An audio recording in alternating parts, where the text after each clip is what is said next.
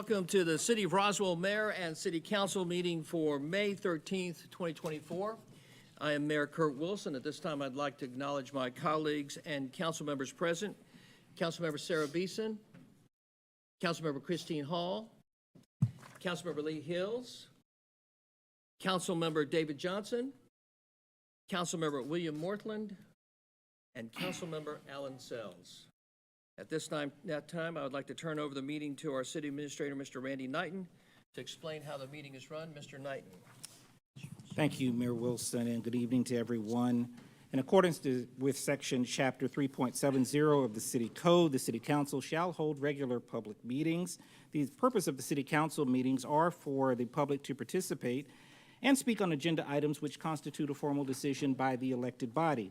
These items are listed on the published agenda, which can be accessed via the city website prior to the meeting. This is a public meeting, and some items do require a formal public hearing.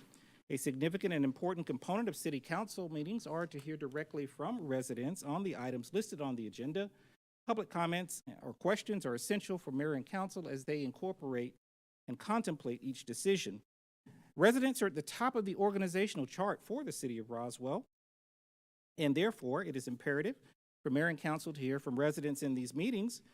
If you would like to speak on an item, we ask that you fill out a comment card which can be accessed at the back of the meeting room to ensure an accurate record of the meeting.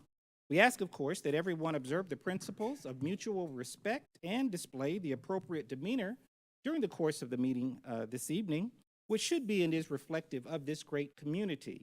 The mayor is the presiding officer and will ensure the orderly exchange of comments, questions, and thoughts leading to decisions by the elected body. We encourage everyone in attendance and the viewing audience to visit the city website for meetings, events, and departmental information. We also encourage everyone to review and participate in the various activities and offerings here in the city of Roswell, and visit roswell365.com for a calendar of events. Some of those events will be alluded to a little bit later with some other announcements which promote community, physical activity, and leisure as we all make Roswell the #1 family community in America. Mayor Wilson. Thank you, Mr. Knighton. At this time, we are honored to have Rabbi Alexandria Cheval Weiner of the Temple Beth Tikvah here in Roswell to come forward and do our invocation and moment of silence. Welcome, Rabbi. Mr. Mayor, City Council members, citizens of Roswell, I'm proud to call this city my home for nearly a decade, and so I thank you for inviting me to be here tonight. This evening is a bittersweet night. Tonight is Yom Ha'atzmaut, Israel's Independence Day. Tonight we mark 76 years since Israel was redeclared a free nation, a state of 3,000 years old and 76 years young. But this year there are no barbecues or picnics or fireworks or parades as we would celebrate here in Roswell. Tonight is day 220 of a war that has been raging in the Middle East. And so with your indulgence tonight, I wish to direct this invocation to those in Israel and Palestine. Rabbi, excuse me one second. Yes. I would ask everyone, please stand for a moment of silence and invocation, please. All parties. Out of respect, thank you. Thank you. This past Shabbat, the Torah portion read in synagogues around the world is found in the book of Leviticus, Parashat Kedoshim, sometimes known as the Holiness Code. It is the center of the center, the very heart, if you will, of Torah, of sacred literature, and it contains so many of the ethical and moral concepts of our Abrahamic traditions, the traditions that are shared by so many here in our Roswell community. You shall not pick your vineyards bare. You shall leave them for the poor and the stranger. You shall not deal deceitfully or falsely with one another. You shall not insult the deaf, nor place a stumbling block before the blind. And at the very heart of all of these statements comes the phrase, Ve'ahavta l'recha kamocha, you shall love your neighbor as yourself. And what is this love? It is not an emotion, rather it refers to treating one's neighbor justly, with compassion, with respect, in the manner that you might treat someone with whom you love. War is not allowing hostages to languish. War is not terrorized and traumatized children. Love is not the spirit of which we hold so important here in our community, and so we offer this prayer. Mekor Chaim, source of all life. We give you thanks and praise for all of your mighty works. You are loving and good and gracious. Thank you for creating us all and sustaining us day by day. You made us, B'Tselem Elohim, in your image, to exist in community with other people. Through your word, you have taught us to love our neighbor as ourselves. That profound recognition of the inherent worth and dignity of every individual. Oh God, so many are suffering throughout the world tonight. So many lives are in danger. Too many parents, spouses, children worrying for their family members. God, we know that peace will only come to the world when we as humankind, brothers and sisters of all faiths, all creeds and all colors, your children made in your image, are able to cultivate love and compassion for one another. A love so wide and so deep that it will lift us above all pain, trauma, distrust, and hate. A love that raises the voices of the mothers and the fathers whose sole desire is a life of peace and wholeness for their children, for your children, O God. And so we pray tonight for the leaders, all the leaders who are able to bring redemption from the darkness that is found in hate. We grant them the courage to know and do what is right and good and true. May they speak out when it is time to speak out and listen receptively when it is time to listen. O God, send your light and truth to all who lead and advise. May their decisions be righteous in your sight. Ufros alehem sukat shlomecha. Spread your shelter of peace over all of our leaders here and abroad. Establish peace in our land here in the United States, our land throughout the world, that all may know a life of fullness, of joy for all who dwell there. And may we say, Amen. Thank you, Rabbi Alexandria Cheval Weiner of Temple Beth Tikva. At this time, I'd like to call United States Army Sergeant Trey Thrower to come forward and lead us in the pledge. And by the way, please stand up for the pledge. If you're not standing, please stand. I pledge allegiance to the flag of the United States of America and to the republic for which it stands, one nation, under God, indivisible, with liberty and justice for all. All right, Sergeant Thrower, I'm going to ask you to stay up there. I'm going to ask council to come down with me for the first item under the mayor's report, which is a reading of a proclamation for the esteemed veteran of Roswell Award.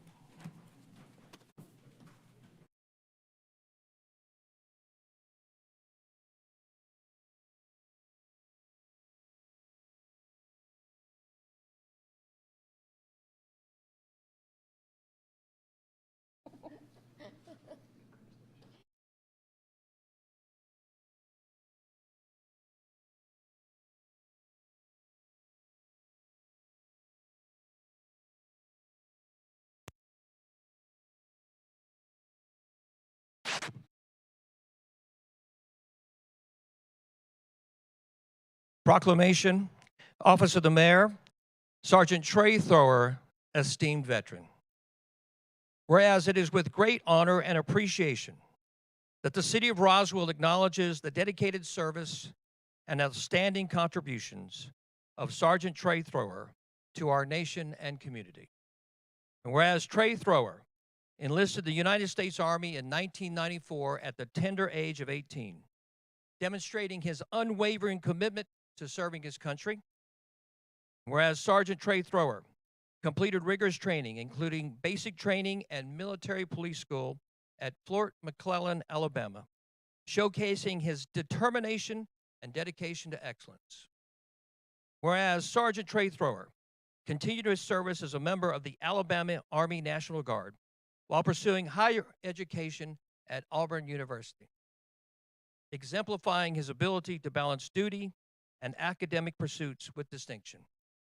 Whereas Sergeant Trey Thrower's deployment to Iraq in 2003 as part of the Global War on Terrorism campaign showcased his bravery and selflessness in defending freedom and democracy. Whereas during his deployment, Sergeant Trey Thrower and his unit performed vital combat support missions and played a pivotal role in training the Iraqi National Police, contributing to the establishment of stability and security in the region. And whereas Trey Thrower's dedication to service extends beyond his military service, as evidenced by his involvement in youth sports programs, mentoring transitioning service members, and active participation in community organizations such as Roswell Youth Lacrosse and Roswell United Methodist Church. And whereas Trey Thrower's devotion to his family, including his wife Whitney and their 2 daughters, further exemplifies his character and commitment to making a positive impact in the lives of others. Now, therefore, I, Kurt M. Wilson, Mayor of the City of Roswell, do hereby name Sergeant Trey Thrower, an esteemed veteran of Roswell, and call upon all our citizens to recognize his outstanding service to our country and our community, and that there is no higher calling than those who serve in the United States Armed Forces. Thank you, Sergeant Trey Thrower.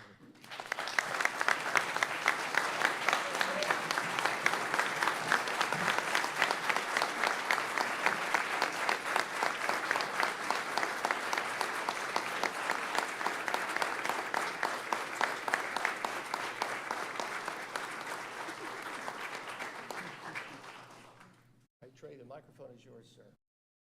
Yes. I just want to say thank you, everyone, for this honor. And, you know, in the Army, we have a saying, you find a home away from home, and that's what I've found here in Roswell. So thank you, everyone. Thank you, Christine, for nominating me.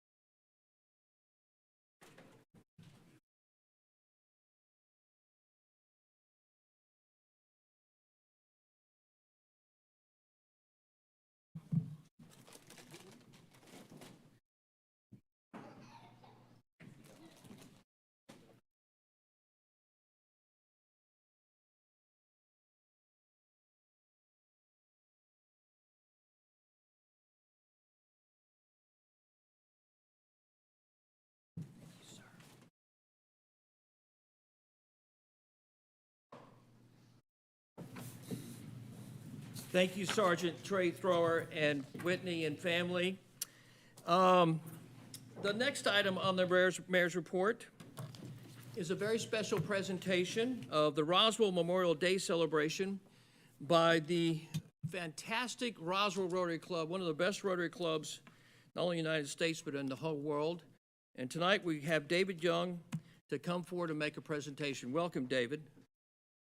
Thank you, Mayor. Thank you, Council, for once again giving us the opportunity to come and announce that once again we'll be having our Roswell Remembers Memorial Day ceremony on Monday, May 27th, 2024. This, in fact, will be our 25th annual ceremony. We're a quarter of a century old.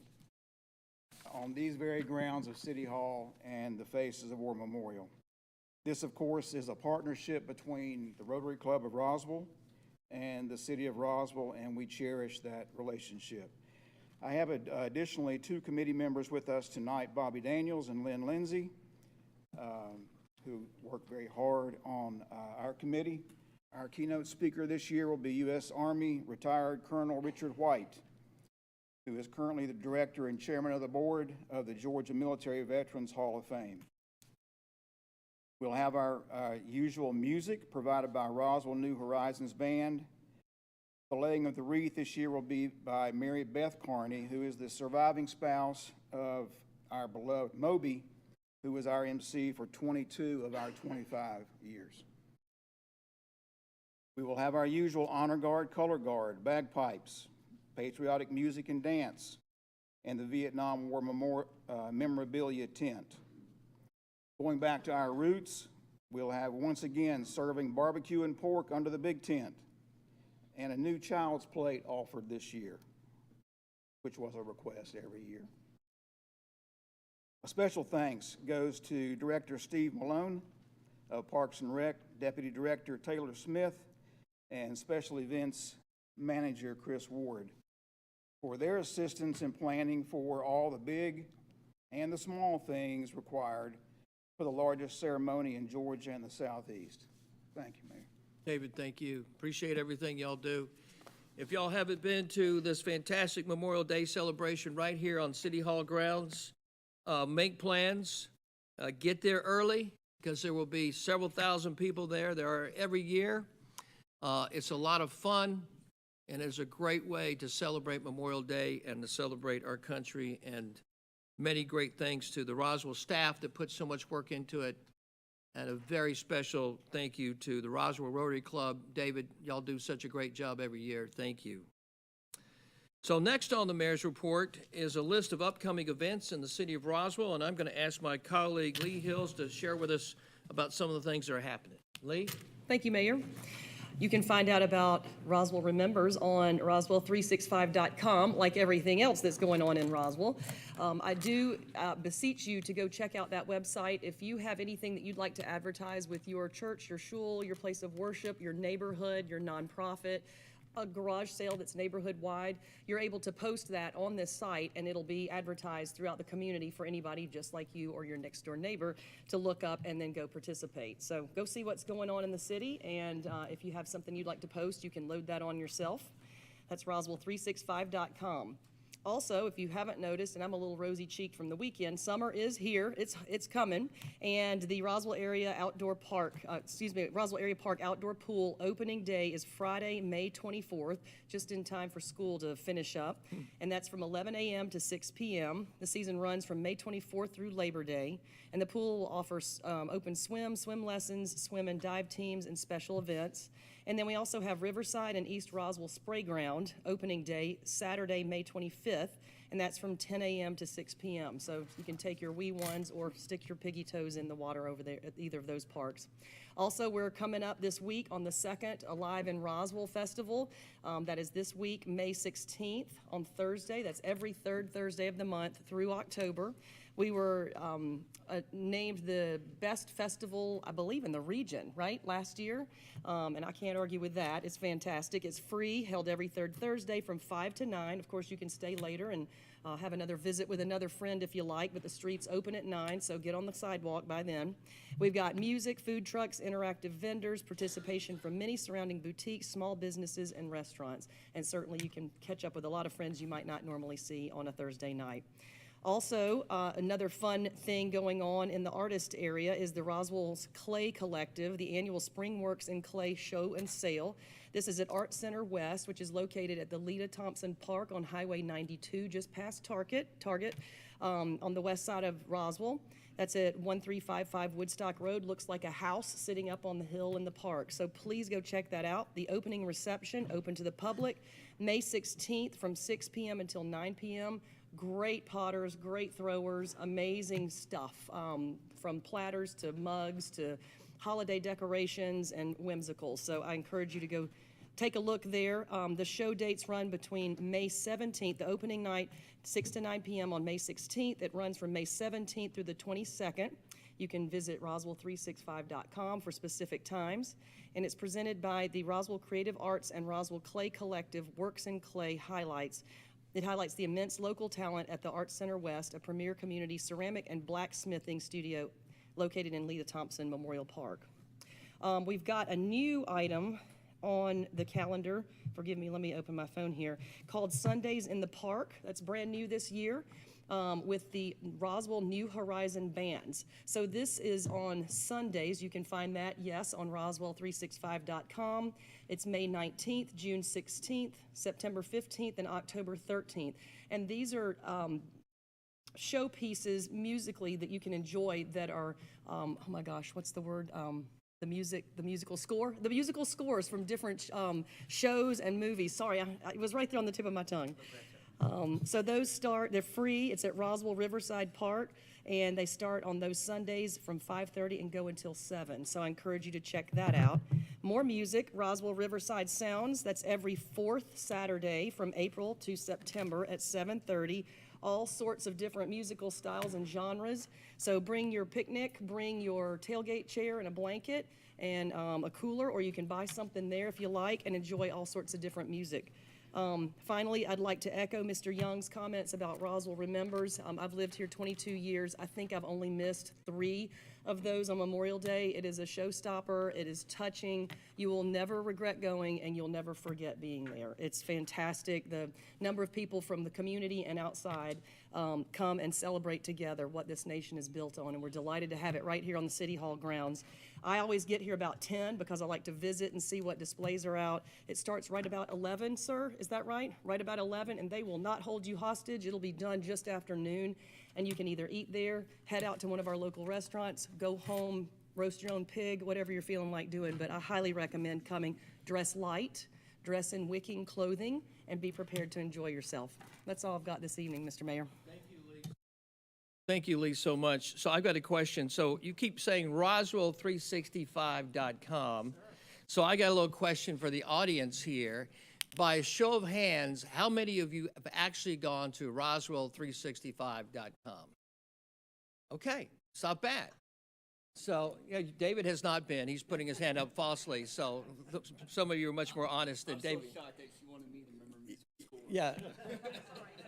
So make a mental note. Roswell365.com is the place where basically everything for the city of Roswell, whether it's a church event, a business event, a neighborhood event, it is our hope and our work to put everything on there for the community, kind of as a one-stop shop for all activities in our city. So Roswell365.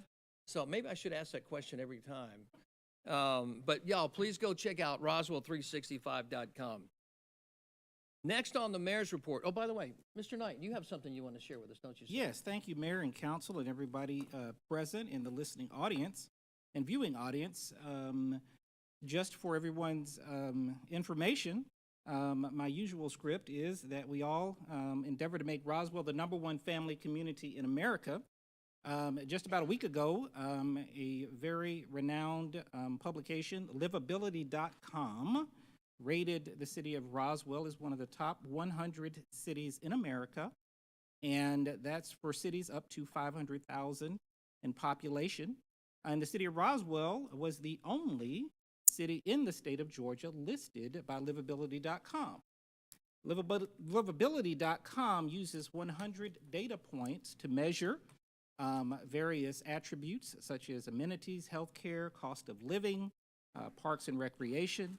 And the city of Roswell, for the second year in a row, was on the list. And this year, the only city in the state of Georgia listed as one of the top 100 cities in America. That certainly is a great tribute to this mayor and council, the decisions and vision that they have established within the city, and certainly our staff that executes on a daily basis. And most importantly, you, as residents of Roswell, you make this a great place to live and do business. So congratulations to Roswell for being one of the top 100 cities in America and the only one in the state of Georgia. Thank you, Mr. Knight. And so I would like the entire city staff, including Mr. Knight and David, and my city council to stand up because they deserve a round of applause. Y'all stand up. Come on, city staff, stand up.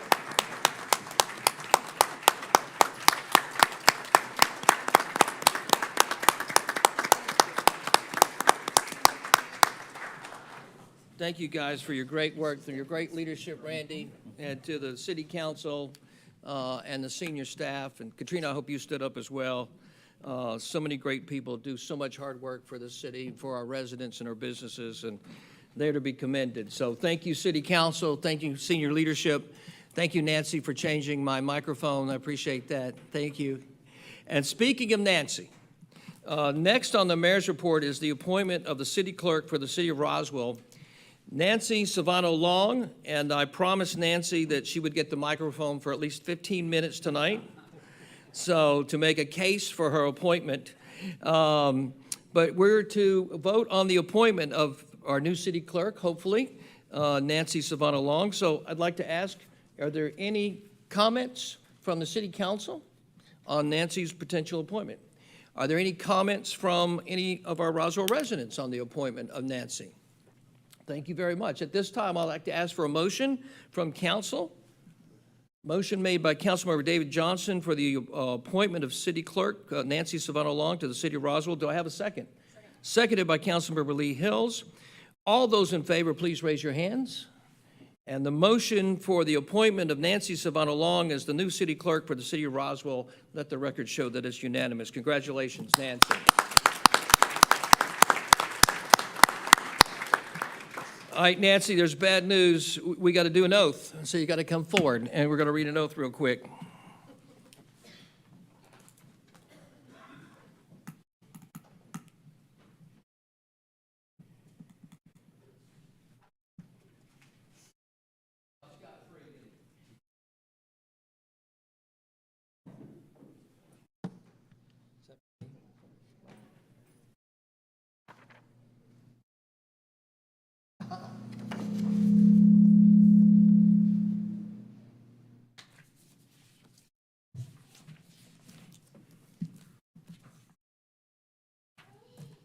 Thank you so much. Nancy, welcome. Congratulations. Thank you. We're so excited and happy. Thank you. Would you do me a favor and raise your right hand and right hand on your Bible and raise your left hand? I'm sorry. I think I've got that. Oath of office, State of Georgia, County of Fulton, City of Roswell. I, Nancy Savano Long. I, Nancy Saviano Long, I didn't say your name right. I'm sorry there.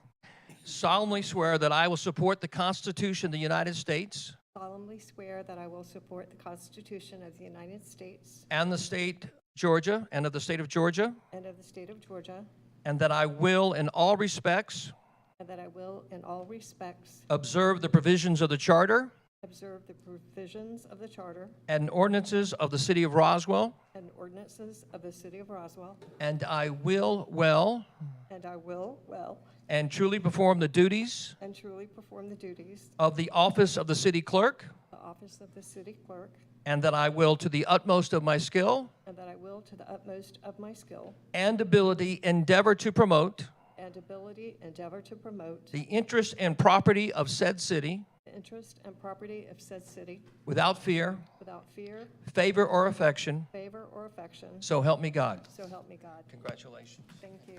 Thank you very much.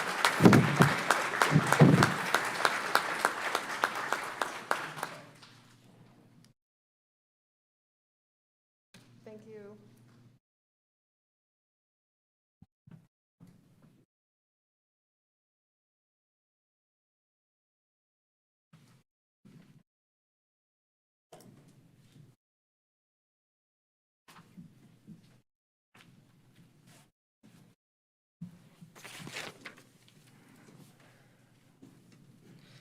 All right, the last item on the mayor's report is the presentation of the mayor's FY 2024 six-month proposed budget.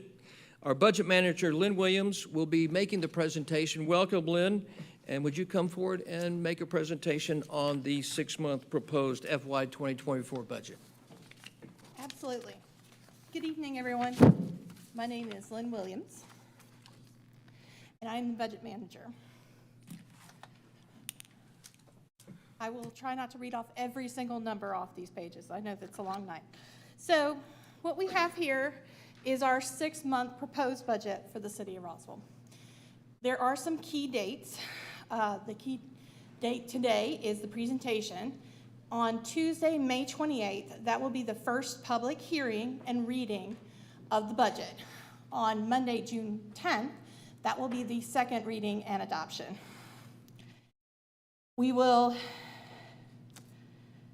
This is the agenda for this evening. The budget highlights, I'm going to look at all funds, I'm going to look at general fund, other funds, and next steps. So first, some budget highlights for what we're looking at for the FY 2024 six-month budget. So what we're looking at is this is a budget that spans 6 months, running from July 1st to December 31st, to set the stage for Roswell transitioning to a calendar fiscal year, starting from January 1st through December 31st of 2025. The proposed budget is balanced, prioritizes public investment, and includes the revenues and expenditures that we would expect to see over the next 6 months. There's a lot of elements that are similar to FY 2025 within this budget. The city will continue to reinvent how city services are delivered across the departments to align with the city's vision, part of zero-based budgeting that we're continuing to do. Status quo. We are looking into many more ideas. Some of the ideas that we have implemented over the last 2 years include public safety elements such as best-in-class compensation for police, for 911 and fire. We have implemented year 1 and 2 of the full-time fire department transition. We have also added 4 police positions dedicated to crimes against children. We have also appropriated $5 million for the Historic Parks and Gardens Activation and Maintenance Plan. We have also enhanced the historic venues that the city owns. Within this particular 6-month budget, we have a capital investment of over $5 million to invest in our own facility and asset maintenance and investments, to look at transportation and increase the amount of sidewalks that we have within our city. We also have stormwater and water improvements that have to be done. So next I want to look at all funds.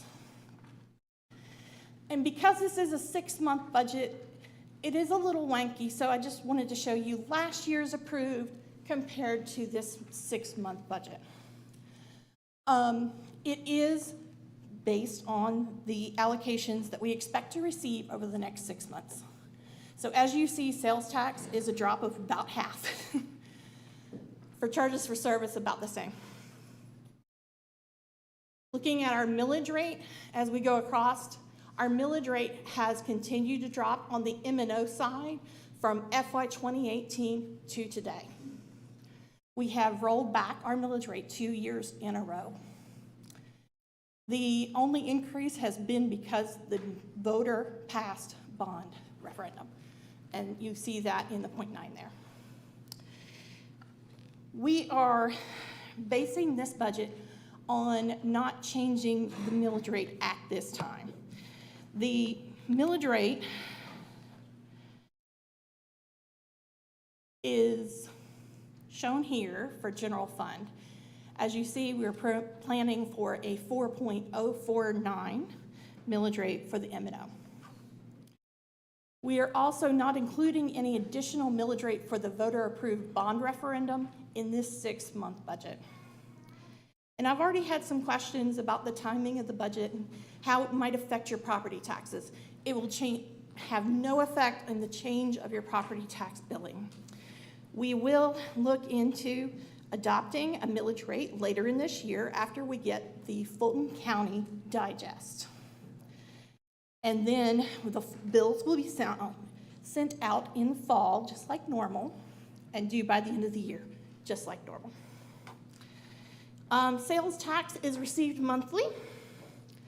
So here you see that the proposed is roughly half of the 2024 estimate. We have given you an outline and a dotted line to say what 12 months might have looked like. But the proposed budget only has in 15.8 in sales tax for general fund and 10.3 for T-SPLOST. Looking at other funds, We have some rate increases for charges for service in the other funds. We approved a 7% increase in July of the 23, and we are looking to do another 7% in July of this year. That was already approved, and it was based on the water rate study. The stormwater percentage last year was 10%, and we're looking at doing that same 10%. We are still having large infrastructure improvements related to stormwater, and we are looking to fund those. In solid waste, we did a 10% last year, and we're doing a 10% again in July of this year. Similar expenses there. All right, so use of funds, as you can see, we had a budget of 196 last year. We're looking at about 115 this year. The largest services for all funds. This includes not just general fund, but the other funds, including our utilities and all of the recreation programs. The three largest here is environmental public works, recreation and parks, and police. Looking at a full-time position history, you can see the growth in public safety and the growth in positions. For this particular 6 month, we are looking into adding 3 positions, 1 in IT, 1 in facility services, and 1 for landscaping. For general fund, specifically, the approved is on the left, and as you can see, property tax in the initial approved was 32.3. We did a rollback, and that dropped a little bit, and that's the reason you're seeing 29.7 over here in the 6 month. Most of the other 3 categories, as you can see, is roughly about half of last year. The same is true here in general fund use. More than half of the budget in general fund is for the services of police, recreation and parks, and fire. As a summary for the entire general fund budget, the general fund balance began at $25 million. We are proposing 6-month revenues of $61.8 million and expenditures of $60.6. We are reserving 25%, which is roughly 3 months, which is 26.627, which leaves us 25,000. In operating, we are looking at a compensation adjustment. The total across all funds is proposed at $1.1 million. The actual impact to general fund itself, though, is only the $786.9 thousand. So a total across all the funds, 1.1, general fund, 786.9. The positions I mentioned earlier are also listed here. For capital, these are the capital projects that we have listed in the budget book. And for other funds, just going to go quickly over some other funds. So in water and sewer, we have source of funds and use of funds. So we're going to plan to use $2.5 million. In stormwater, use of funds is $2.2 million, including $1 million for capital. In solid waste, use of funds is $7.1 million across the 6 months. These are the capital that we have listed for these enterprise funds. Solid waste is looking for a lease for a side loader. Water fund is doing water line replacement, hydrant maintenance, and stormwater master project list. Hotel motel, we have source of funds and expenditures here. And this year, we have some awarded grants that we are in the process of signing those agreements. I have budgeted those as revenue and expenditures here. Impact fee fund, capital, physical activity expansion, and sidewalks. For the next steps, this will be available on roswellgov.com/budget as a PDF, and hard copy will be available in finance during business hours. We will, in 2 weeks plus 1 day, May 28th, have the first reading and the first public hearing for this particular budget. Then on June 10th, second reading and adoption. And then we'll be prepared for 12 months after that. Lynn, thank you so much. Appreciate that very much, and we look forward to 2 weeks and a day from now for the first reading. I'm sure there'll be some horse trading from the council and with Jeff and you and the staff and Mr. Knighton in the next 2 weeks, and a lot to talk about. But thank you for that presentation of the proposed 6-month budget for the FY24. Lynn, thank you so much. Great job. Thank you. Very good. All right, at this time, next is the consent agenda. Item number 8 on the consent agenda, conditional use of massage total mobility, has been withdrawn by the applicant and will not be voted on. Let me say that again. Item number 8 on the consent agenda, conditional use for massage total mobility, has been withdrawn by the applicant and will not be voted on. That leaves items 6, 7, and 9 on the consent agenda. Does council have any questions or comments regarding the consent agenda? Councilmember Sells.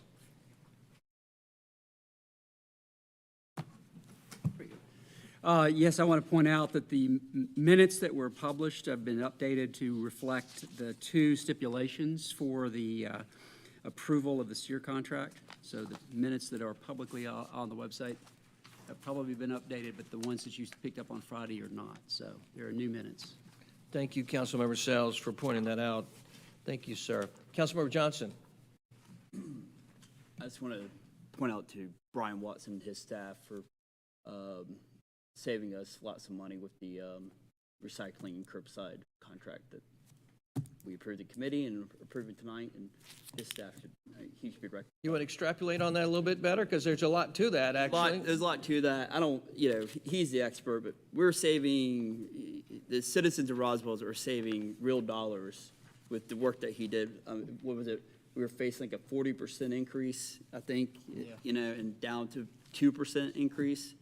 So, you're actually saving money with inflation at 5% or whatever it is these days. So, I mean, bravo, good job. Just Thanks, proud David. of that work. I'm glad you brought that up, and you're right. A lot of, to Brian Watson and his teams to be commended. Great, fantastic job. Were there other comments from council or questions? Very good.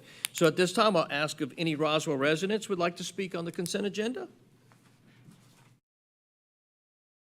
Being that there are no comments from the Roswell residents, I will come back to council for any final questions or comments on the consent agenda.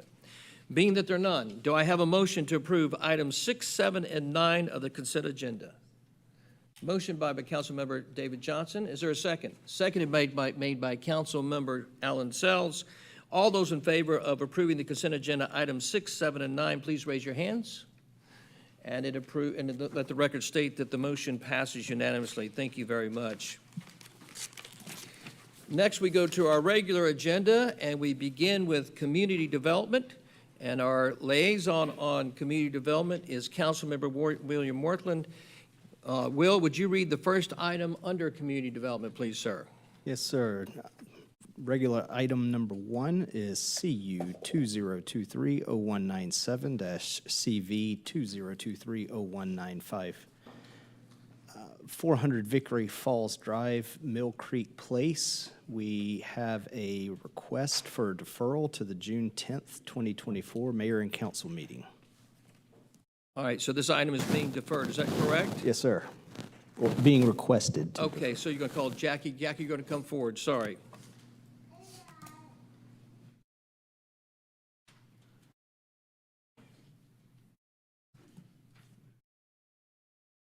You're just making a request to defer this item, right?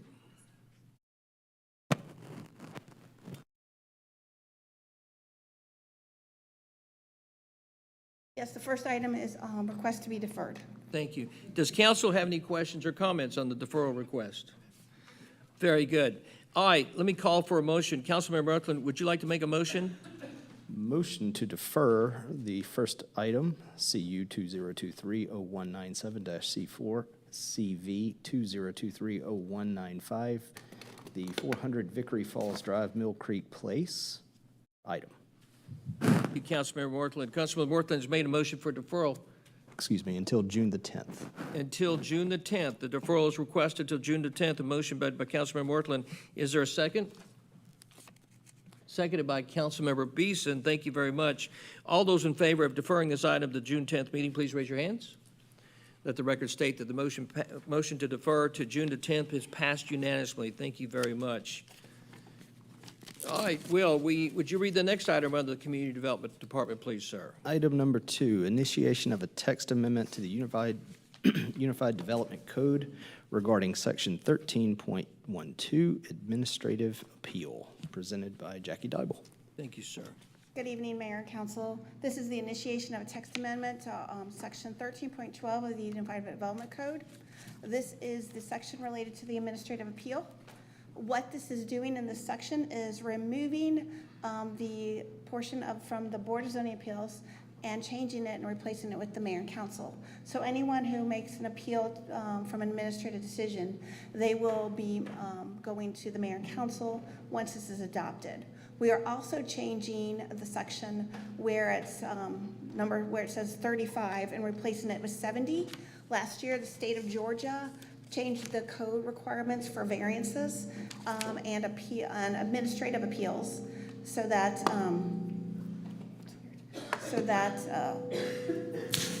changing that a little bit, that the requirements is to advertise for 30 days, and our administrative appeals section says we have to hear within 35 calendar days. So we're moving that to 70 to give us a little bit more time for advertising.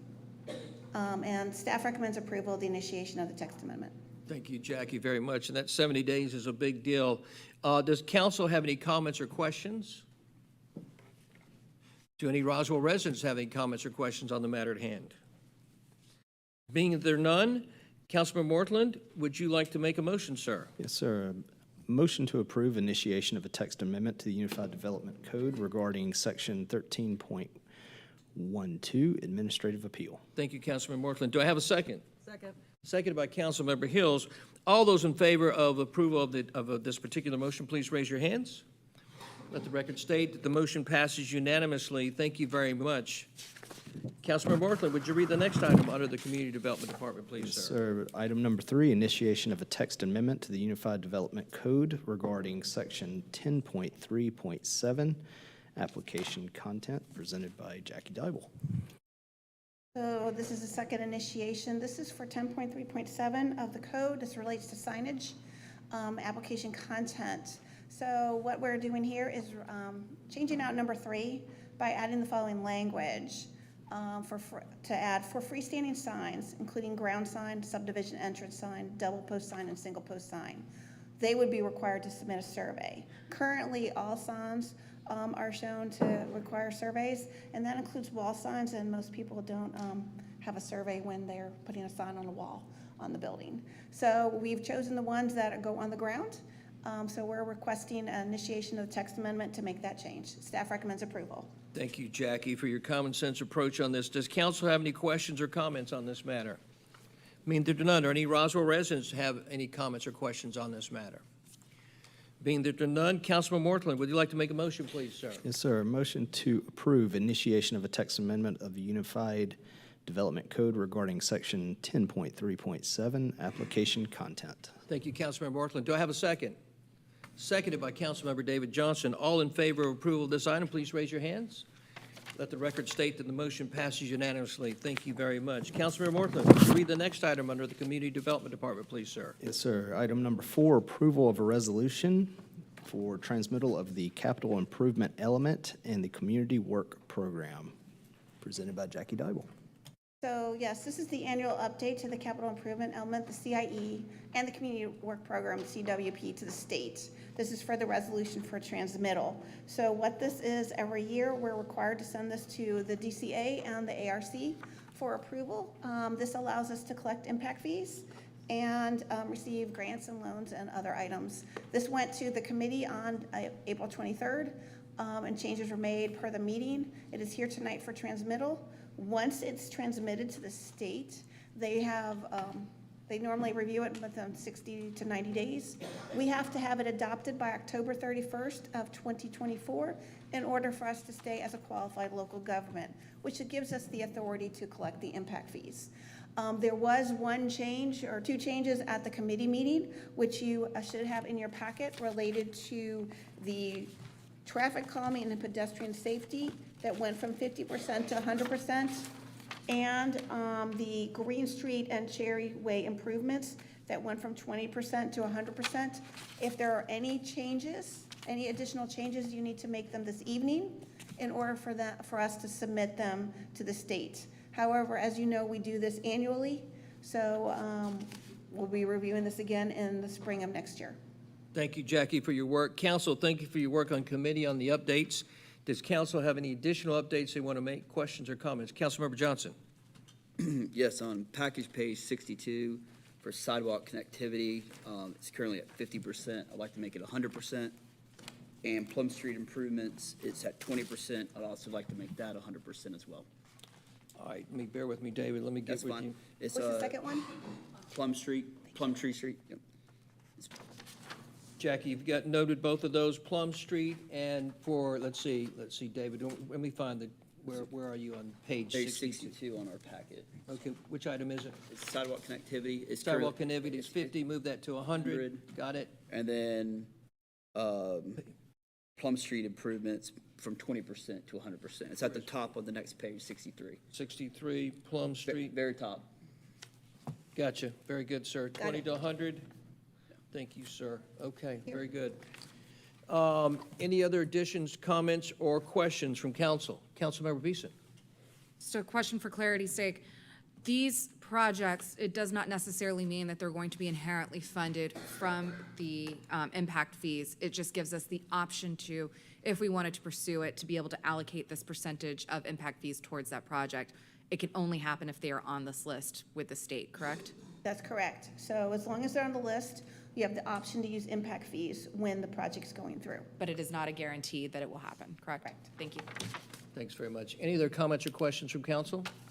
All right, as an amendment, I'm going to ask for a quick vote.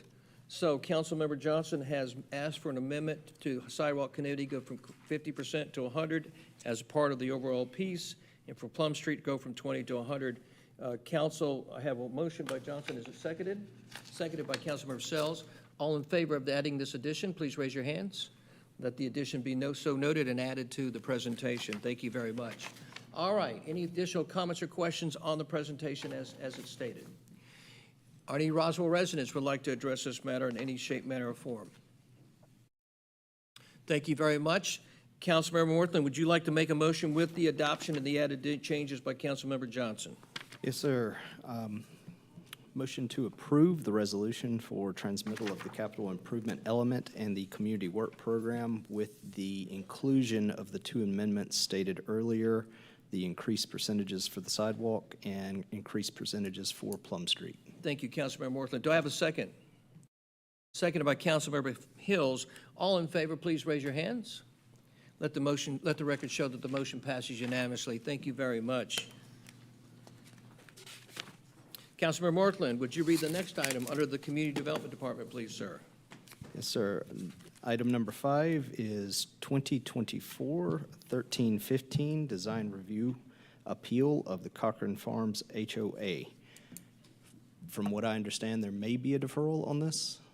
So we have had a request from the attorney for the appellant related to the Cochran Farms, has requested a deferral due to the fact that they've having a baby, and he could not be here this evening. He did send someone else to come in his place. However, he has made an official request for a deferral, and you can defer this to the next meeting on the 28th, or you can hear it this evening. Very good. So if it's deferred, it can be deferred only for 14 days, or actually 15 days, the meeting in 2 weeks from Tuesday. Correct. There is nothing that indicates you couldn't defer at this time, since this item has been advertised, and it would be just a straight-out deferral. All right, there's been a request for deferral due to one of the attorneys having a baby, or I guess personal issue. Is there a motion to accept the deferral? Motion made by Councilmember Mortland to defer this item for 2 weeks and 1 day. Is that correct, Councilmember? Yes, sir, correct. Thank you. Is there a second to that motion? Seconded by Councilmember Beeson. All in favor of deferring this item for 2 weeks and 1 day to the next city council meeting, please raise your hands. Let the record state that the motion to defer this for 2 weeks and 1 day is unanimous. This item will be addressed in 2 weeks and 1 day. Thank you very much. Councilmember Mortland, would you read the next item underneath the Community Development Department, please?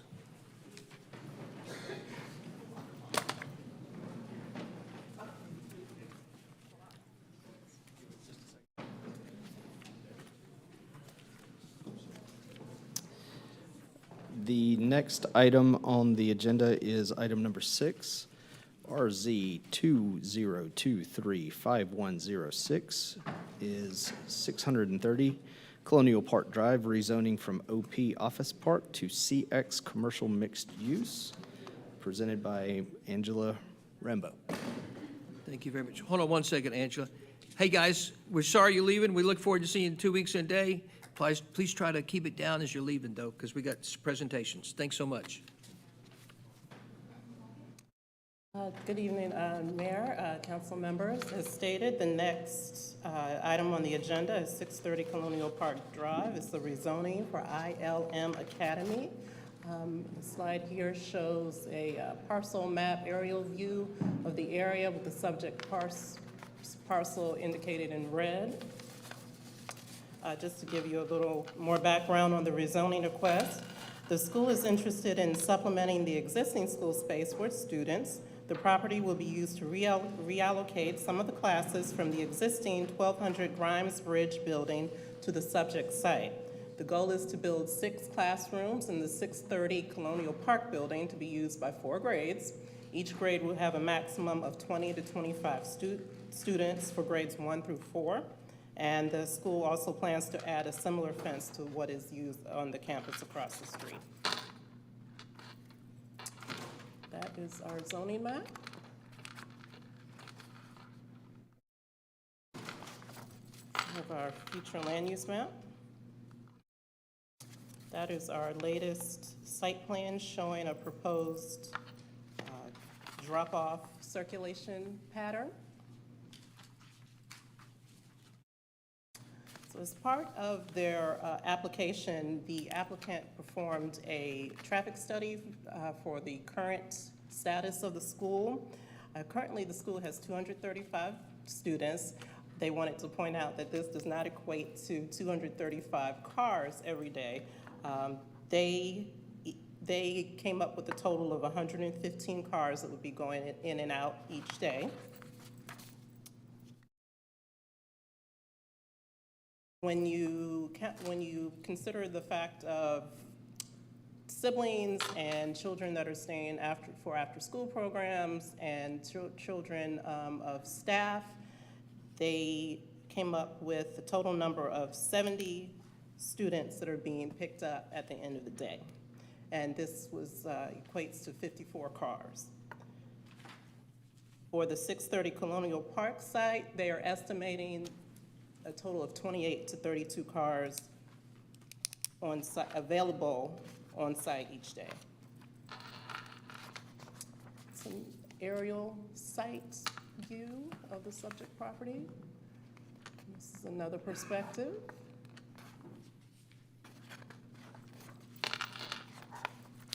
Staff recommends approval of the requested rezoning. And just a note from Economic Development.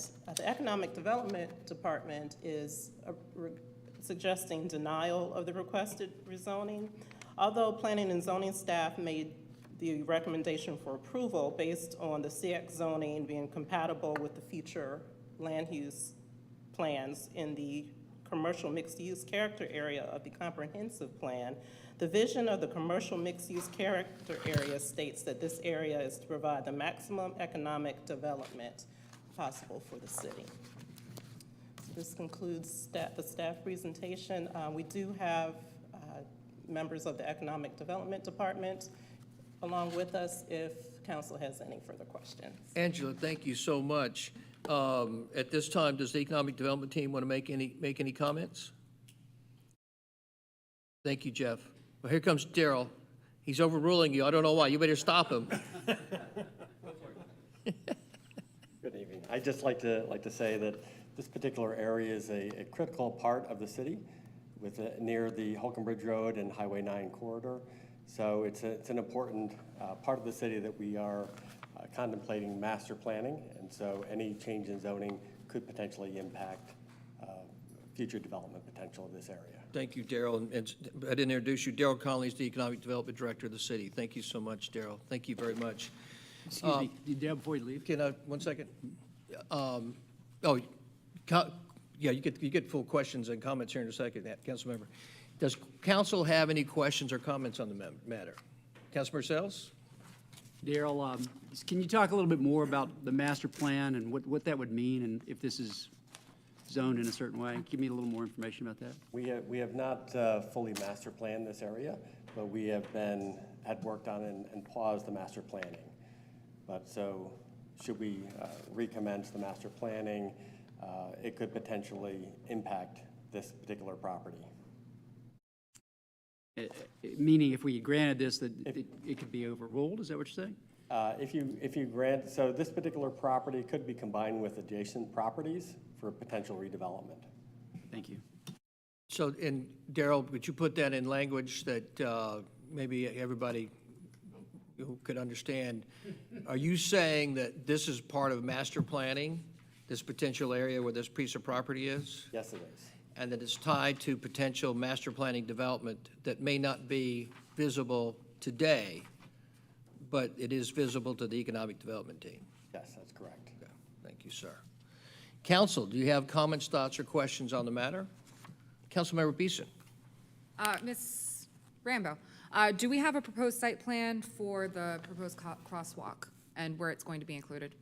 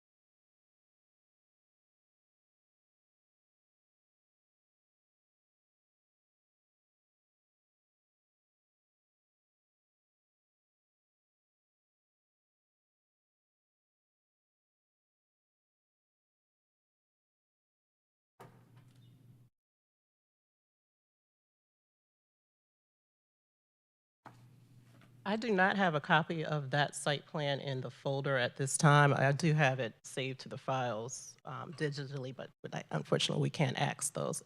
We can't assess those at the moment.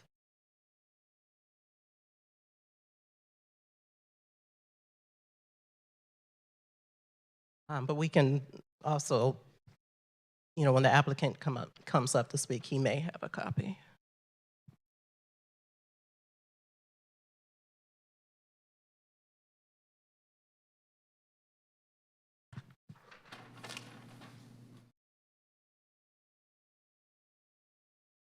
Hey, Sarah, do you have I'm guessing you got a thought behind your question?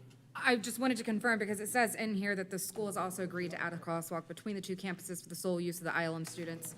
My understanding at briefing was that there was not a crosswalk at that time, so this changes conditions a little bit. I'm just trying to suss out the movement of children from one building to another and logistically how that's going to work, but just looking at the health and safety of the kids. Thank you, Sarah. Is there a crosswalk piece here for us?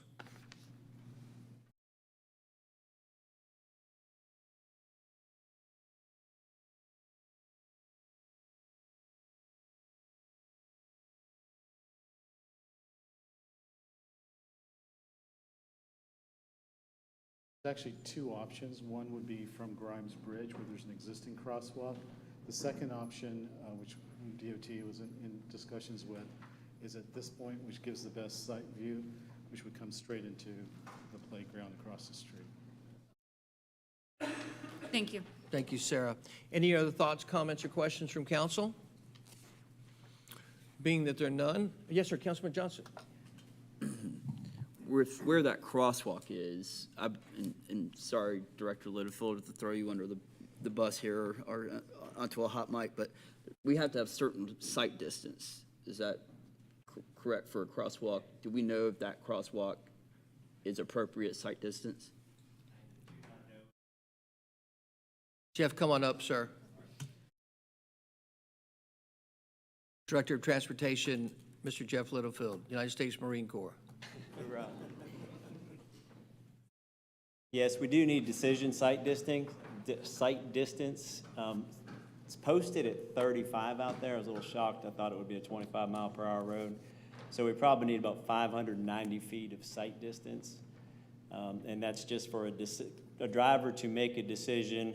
He sees an object, and can he actually stop? There is some challenges there with the horizontal curve, and then there's also a fence and a large tree. So we would have to just see if it does meet the sight distance. Very good, sir. We don't know the sight distance today, correct? This was a new proposal. I just saw it today. Just saw it. The prior proposal was to the right of this page here. Okay. Which did not meet the sight distance because of the curve. Very good. Thank you, Director Littlefield. Councilmember Johnson. Yeah, sorry. I just want, I don't know if the public has access to what we have on page 150. You Can can see. we put that up, curve. page 150? We can see that curve, and it's a curve. It's not a straight road. So I think I would love to know the sight distance for that crosswalk. Thank you, David. Any other thoughts, comments, questions from council? Being there are none at this time, I will ask any Roswell residents if they'd like to comment on this matter. Yes, ma'am. Do we have a presentation from the applicant? I beg your pardon. Let me get a presentation from the applicant. My apologies. Applicant, please share with us who you are, and we're glad you're here. Thank you. Thank you, Christine.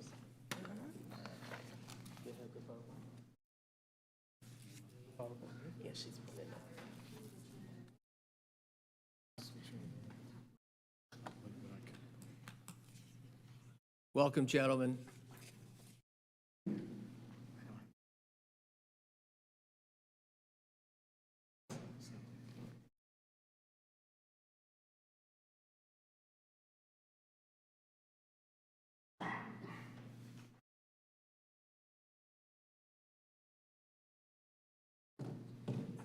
Thank you for being with us tonight. Let us know, share with us who you are and who you're representing.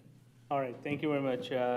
My name is Imran Belkhi. I'm the chairman of the Board of Governors for Elm Academy. And I've been associated with the school from day one. One of my son has graduated from there, two are going to the school from there. And I've been on the board for a number of years, on and off kind of thing.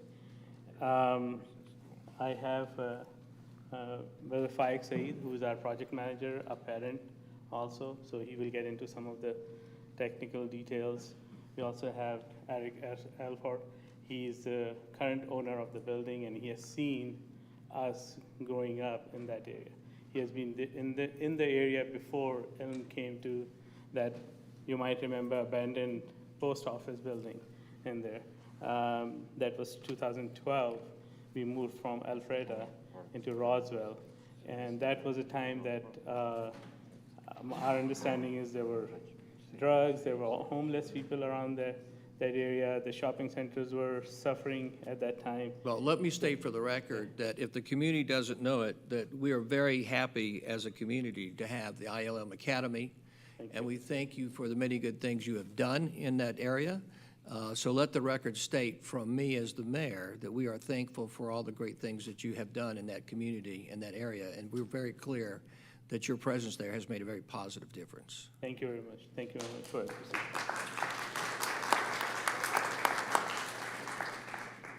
So currently, we have 360 students between the two buildings, 1200 Grimes Bridge, the main campus, and we have early childhood on the Marketplace, right at the corner next to the Roswell Community Center, Roswell Masjid, and there.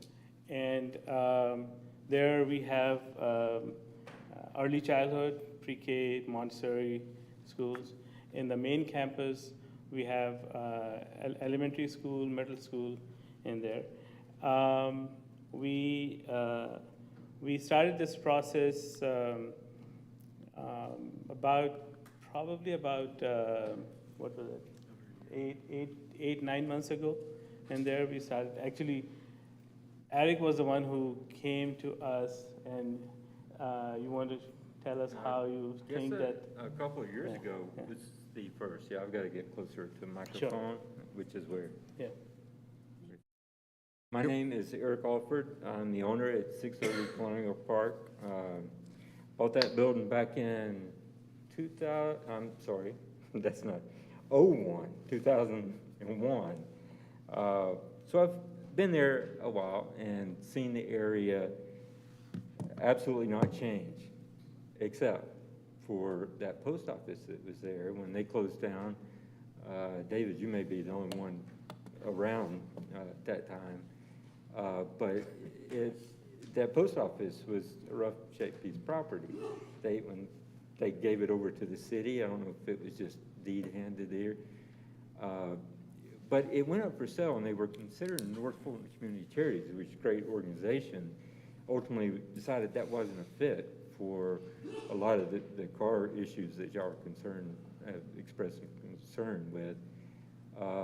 And they openly denied that, put it up for sale, and bought it, zoned it. We supported that because right off the bat, the first thing they did is come in and they changed that from a pretty rough looking piece of property and some trees that are growing out of the asphalt that were 15 feet tall, natural recruitment trees that weren't planted. So they changed the face of that. That has been the only change, is the improvement ILM.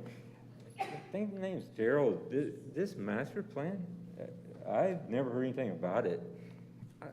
Can we really consider a zoning issue based on a potential future master plan that has not been worked on?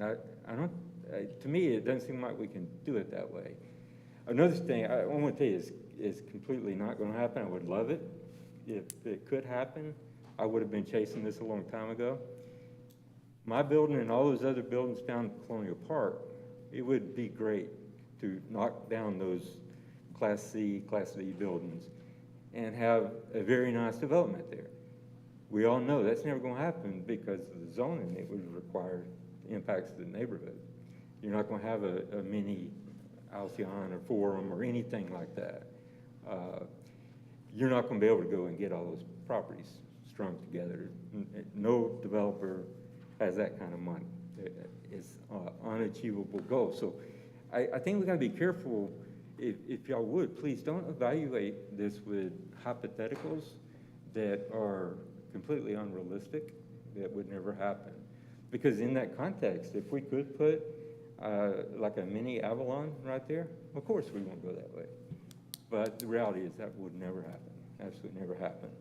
On the crosswalk, just to point out, because my company employees have gone to eat back on all these restaurants that are now closed, the Italian restaurant that was the heart and center of the market across the street. There's a crosswalk, Grimes Bridge, Colonial Park already. There's one there. We used it. There's a crosswalk too from crossing over Grimes Bridge, one at Holcomb Bridge and one further back down to the, that would be the south, I believe, yes, south. So there is an existing crosswalk, the sidewalks come up to it, and it does get heavy use now. So that might be an option if concerned with putting it at that location, is just put it where everybody crosses at this current time legally. So I'm hitting some topics, and I'm not sure what all I should be conveying. I'm going to go to something very simple. Our office, at one time, we had up to 73 employees there. We were a traffic problem because those 73 employees left their vehicles there overnight going out for a week trip. And clients at that time used to come to you. Now we have to go to them. Plus we had 4 Polarises, 4 trailers, 2 boats, all kind of stuff. A lot more activity than what the school has. So the traffic, I don't see it being an issue, just considering what's happened there in the past. As we watched them over the years grow, they ultimately ended up taking this blacktop pavement area, I guess about a ½ acre approximately. It's all, old asphalt, cracked, messed up. It's a wonderful playground area now. We've watched the children interact on the playground, the staff interact with the children. And Mayor, you're absolutely right. There's a special group that have come into this area, and I think our master plan needs to consider that as one of the fundamentals, one of the foundations we can build on, because we're not going to build on the Avalon concept. That's not going to happen. So let's build on this, and also keep in mind 2 things. One, there's a school on that neighborhood, public school, right on the other side, that was just built in the last, 4 or 5 years. That's a school in a neighborhood on the main artery of what would be in the master zoning piece. Not the side roads, but the main artery, there's a school. Touches residential property. The post office that the city owned and sold to ILM and rezoned for a school physically touches this residential area. And it was approved for a school under that use. Right now, there's a piece of property 2 removed from that residential neighborhood that's coming to rezone for school as a use. So this property also, you said yes to, they did something wonderful with, immediately touches it, borders it. 2 over, much smaller, removed from the neighborhood, and there's question of what it may impact the neighborhood. I think you can see where that's a little bit confusing. And the last thing I would like to say is this process has been going on a little over 5 months, the hard end of it, of working with y'all and your departments, and we've worked for y'all in my company and with y'all through clients, and Roswell always has the top staff. There are some names, there's a name Jackie. I actually don't know her, but I never hear anything but great about her. And not just in this project, but she would know David Smith if Jackie's here tonight. Jackie, hey. Well, so she's very well thought of and does a great job. And as we've come through this process, here's a question I got is everything has been brought up and addressed and satisfied. And then, after we're all through this process, a department that's had this for 5 months, the day, afternoon, evening before, identifies a potential recommendation of denial based on something that they may do in the future. Why wasn't that done 5 months ago before all this time and money was spent? Let's look at that if that is really a potential reason to deny.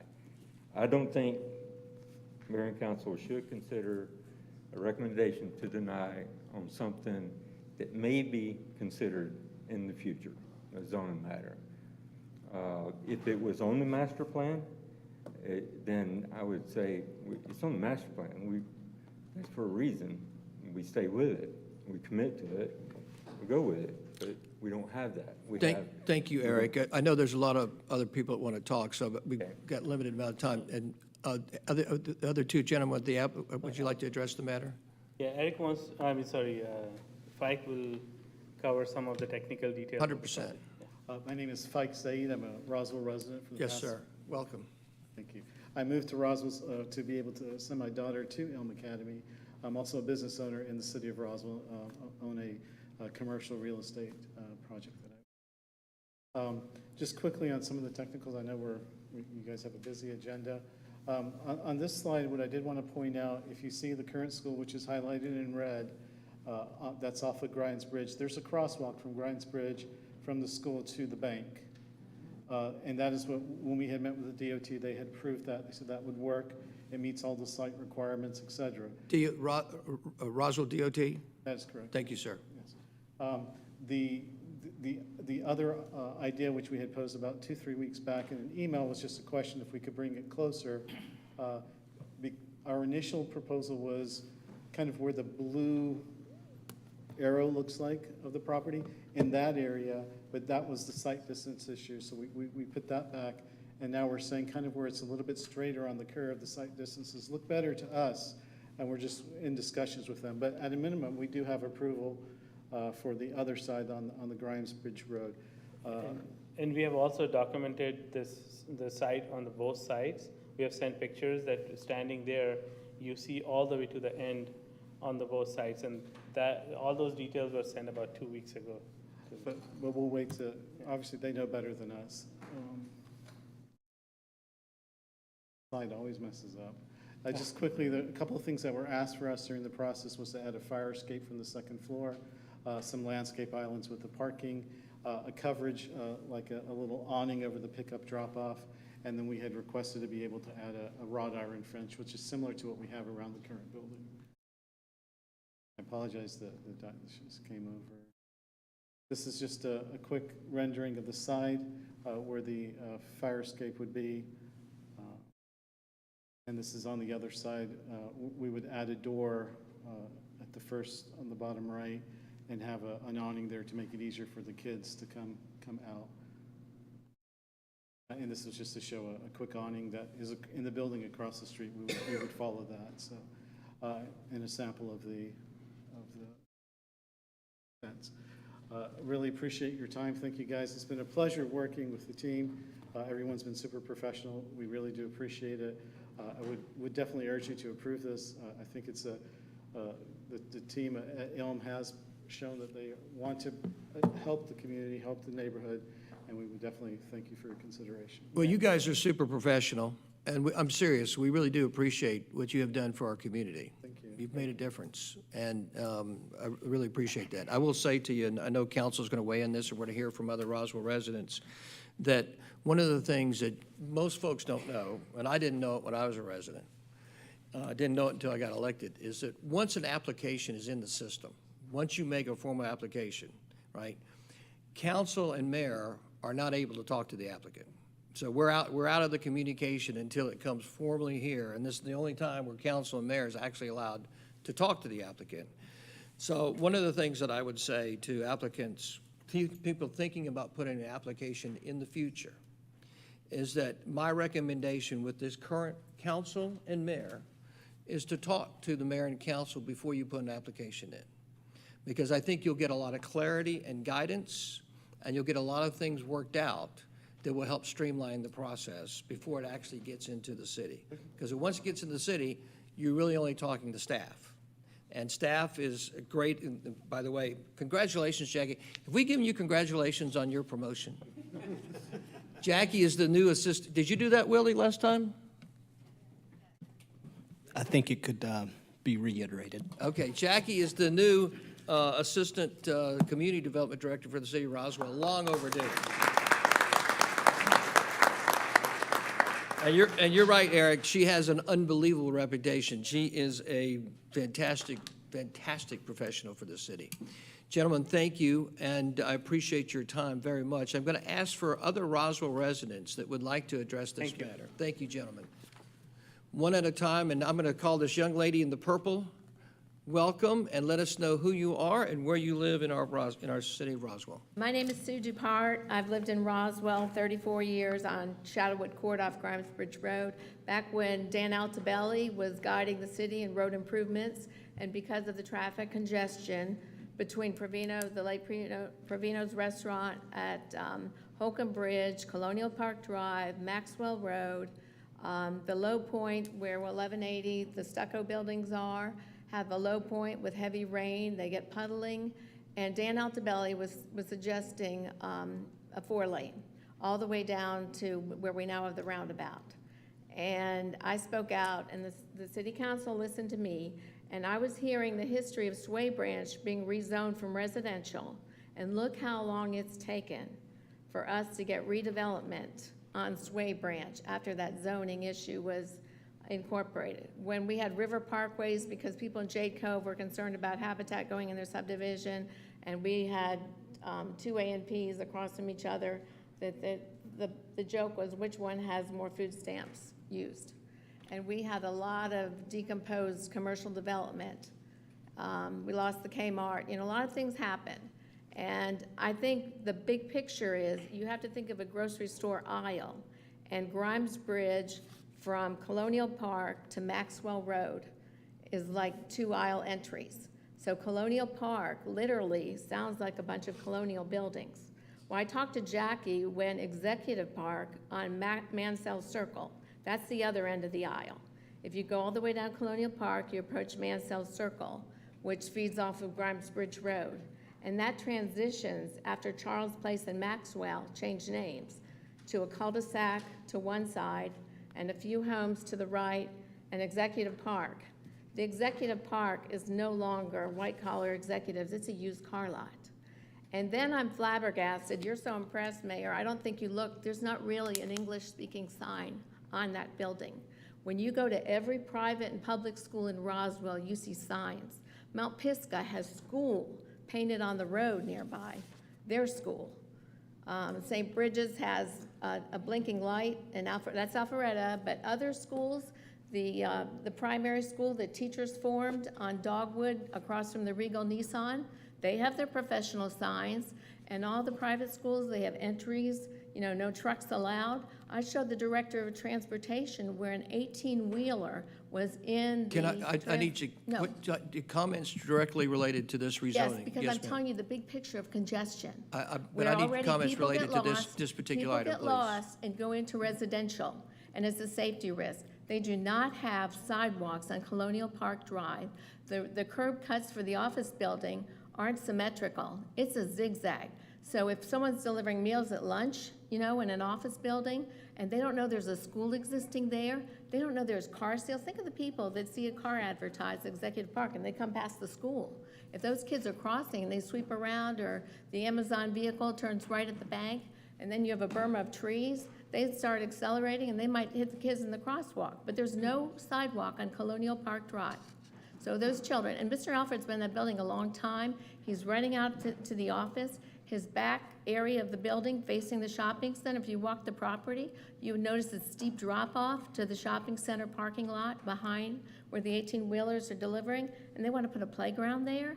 Do you really think parents are going to believe that's a safe place for children to play when it's all impervious surfaces on the back of his parking lot with a steep drop-off to the commercial shopping center? But I'm telling you, we have 18-wheelers illegally driving onto an abutting street, Mansell Circle, and unloading cars for the used car lot. So there's people, that are looking for an address. The school doesn't have a clear label. How would 911 know it's a school? I just think there's a lot of hazardous situations. We have cottage school growing. We have the preschool off of Dogwood. We provided for a lot of schools, but why would a parent want their child crossing a high-traffic road to go to a playground? I don't get it. And I don't think the building is that pretty. On the side of Colonial Park, for a few years, there's been electrical black wire hanging outside the enclosed structure. And the fact that they don't have labeled doors of exit is just a security cameras and use sign. So Dr. Maxwell's patients have a side exit onto Colonial Park. Those people, he has tenants going in and out of that building, with their sign posted for tanning. There's all kinds of traffic that comes to that area. And just because we don't have the post office much backup, what happens when their school grows even bigger? Thank you so Or much. if they sell it and Thank you, rezone ma'am. to another Thank you for your property. comments. We appreciate it. Thank you. I think it's a risk. Thank you. Thank you very much. Yes, ma'am. If you would, please introduce yourself and where you live in Roswell. Good evening. My name is Alia Moosley. I have been a Roswell resident since 1998. I grew up here. I love it. It's my home. I have 3 children, 2 of which are currently enrolled at ILM, and we would love... Where do y'all live in Roswell? We live just about 5 minutes from here. Marietta Highway, Coleman, not too far. Address? I should state my home address? Yes, ma'am. 3020 Barnes Mill Court. Fantastic. Thank you. Right. So, yeah, we have 2 children. We love this school. And on her comment about emergency services, there are RPD vehicles there, often around that vicinity. So we know that the Roswell Police Department and, all of those know where ILM is. Sorry, I'm a little nervous to speak in That's public. okay. But yeah, I think it's a great addition to our community. I went to school out in Midtown Atlanta and then Buckhead, and it's hard to drive that far, and I don't want to do that for my kids because my parents did that for me, and I know it was taxing on them. So I would like to have a permanent home for our children, school children here. And we moved to Roswell. I moved back to Roswell once I got married. There was a 2-year gap that I wasn't here. I moved back to be at this school, to be close to that school, because it's important to us, and I think to a lot of people in our community. So thank you so much for listening. Thank you for coming up. Yes, ma'am. Thank you so much. I see, I'm sorry, I got one, Miss Russell in the back. Yes, ma'am. Welcome, Miss Russell. How are you tonight? I am well, thank you. I am a Roswell resident since March of 1973, so I got you all beat. I remember when we built the post office, and I remember that it was full of asbestos when the city sold it to this school. By the way, I'm not asking her address because she's here every 2 weeks and we. And I don't give my address. No, I don't give my address because these are live streamed, and I've had threats against me. So if someone knows I'm here and they know where I live, they'll go sit in my driveway. That's why I don't give my address, Mayor. That's a police matter, Janet. I know. Okay, so actually, Janet, You're the taking rules, up my the rules of the meeting are, and I don't require it because you're regular, but actually, the rules of this meeting from this person is that you do give your address, and if there's an issue, the police will address it. Okay. So I actually am going to require you to give your address. 260 Willow Springs Drive, Roswell, Georgia. Please sit in the I didn't catch that. I'm sorry. Well, your microphone wasn't working at the beginning of the meeting either, sir. But that has nothing to do with you giving your address. Willow Springs Drive, Roswell, Georgia, 30075. Thank you so much. You are most welcome. That took up extra amounts of my time. I think it's interesting that we're having this discussion about master planning, because I remember standing here about 30 years ago when a councilman told us about the master plan for Holcomb Bridge Road, and that it was going to be a grand promenade with beautiful trees down the middle. 30 years later, there's no trees down the middle. So master plans don't always work very well. When I see the school is now where the post office was, I think it's so nice. Because the post office was just a post office with a lot of delivery trucks in the back. And that's why they moved it, because they had trouble with delivery trucks. So the big deliveries are off of Bent Grass, over there off of 90, or Crossville. And that's why the main post office, or whatever you want to call it over here, is in the shopping center. But the school brings a sense of calm to that little corner. Across the street is a deadbeat, empty shopping center, sort of where Provino's used to be. Hasn't been improved in 50 years. Nothing. Potholes. It's interesting that this school has to come to get a zoning. I was over by Trader Joe's yesterday, and I noticed as I came through the the bank parking lot, there is a new building school right there at that intersection of Woodstock and Highway 92. It couldn't be more busy anywhere in Roswell than that intersection, ever. And yet they have quadrupled the size of their building on that corner. Now, I'm not against it. I think it's fine. But you can't use the excuse of traffic or congestion or crosswalks when you allow a school, like Kids Are Building Kids, to be right next to a bank, which is right across the street from a very busy shopping center, which is at the intersection of Woodstock and 92, which is enormous, when this one is a little street. Interestingly, also, I was driving and I noticed that we've put in, finally, a lovely bench right at the MARTA bus stop, which is at the corner for the bank. People have been sitting on landscape timbers for about 10 years waiting with their babies. So now we have a nice bus stop. So if parents whose children go to school there can't drive, they can take the bus and wait safely. That's called planning. So I think you need to go ahead and let this become part of the school so that these children can go to school in the community that they live in. Just like all this lady just said, she came back here so her kids could live, because her kids go to school and they're going to see their friends. That's important in strengthening a community. So you can't use the excuses that you've just used about traffic and crosswalks and master planning when you have the perfect example of what you've already allowed at Kids Are Building Kids. Thank you, Ms. Russell. Yes, sir. Welcome. How are you? Good, how are you? Good to see you, sir. Thank you for being here. Let everybody your name and where you live in Roswell. All right, is the mic somewhere? Oh, there it is. Yes, Okay. sir. My name is Omar Al-Rawi. I live Welcome, in Omar. Roswell. I'm a resident at 1500 River Oak Drive, Roswell, Georgia. Thanks, Omar. 30075. Thank you so much. All right. First of all, it's nice to meet my city council. This is my first time actually meeting you guys, so it's an honor. I just wanted to give a perspective as a own parent. I'm a resident of Roswell. I've graduated from Georgia Tech. I work at Georgia Tech as a professor.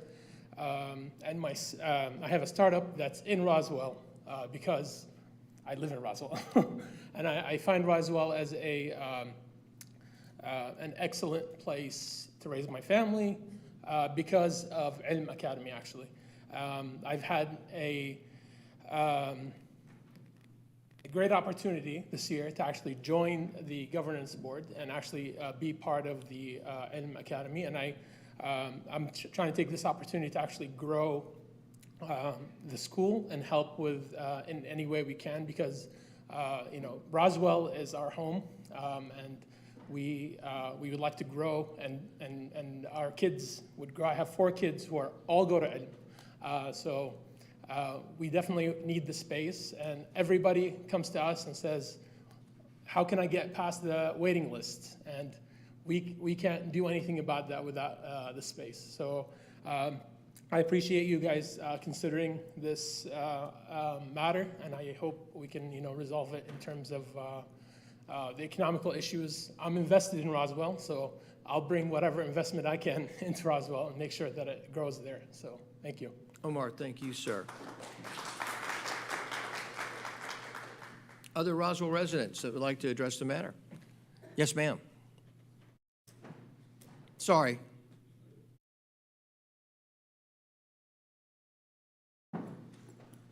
Good evening, everyone. Nice to meet everybody in person. My name is Hiba Barghouthi, cut it short, 560, Slane Trace, Roswell 376.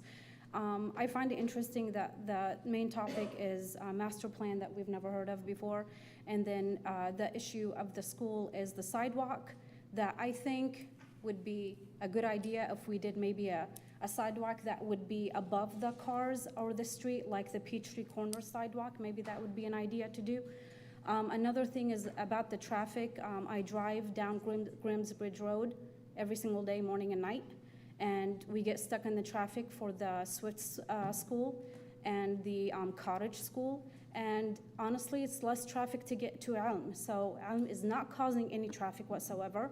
Maybe a little bit, but it's nothing compared to the backup that sometimes get all the way back to the roundabout.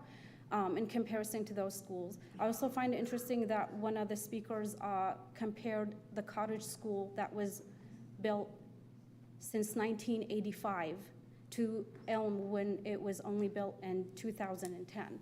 There is no comparison. We have over 25 years that they have evolved and gotten bigger. And that is the plan of this school. And trust me, we are, like you said, sir, we are bringing goodness to the community. We will be growing in a good way, and God willing, the school will grow in a good way, and it will be a highlight of making the area much better than it was before. Thank you. Thank you, Abel. Thank you. Yes, sir. Welcome.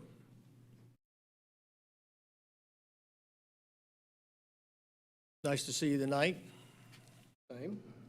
I'm David Cogdell. I live at 7040 Tangle Tree Drive, Roswell. Thanks, David. I've lived there since '99. I've owned the building next door at 620 since 1998. And I also have a business there as well. I occupy the top part of the top floor.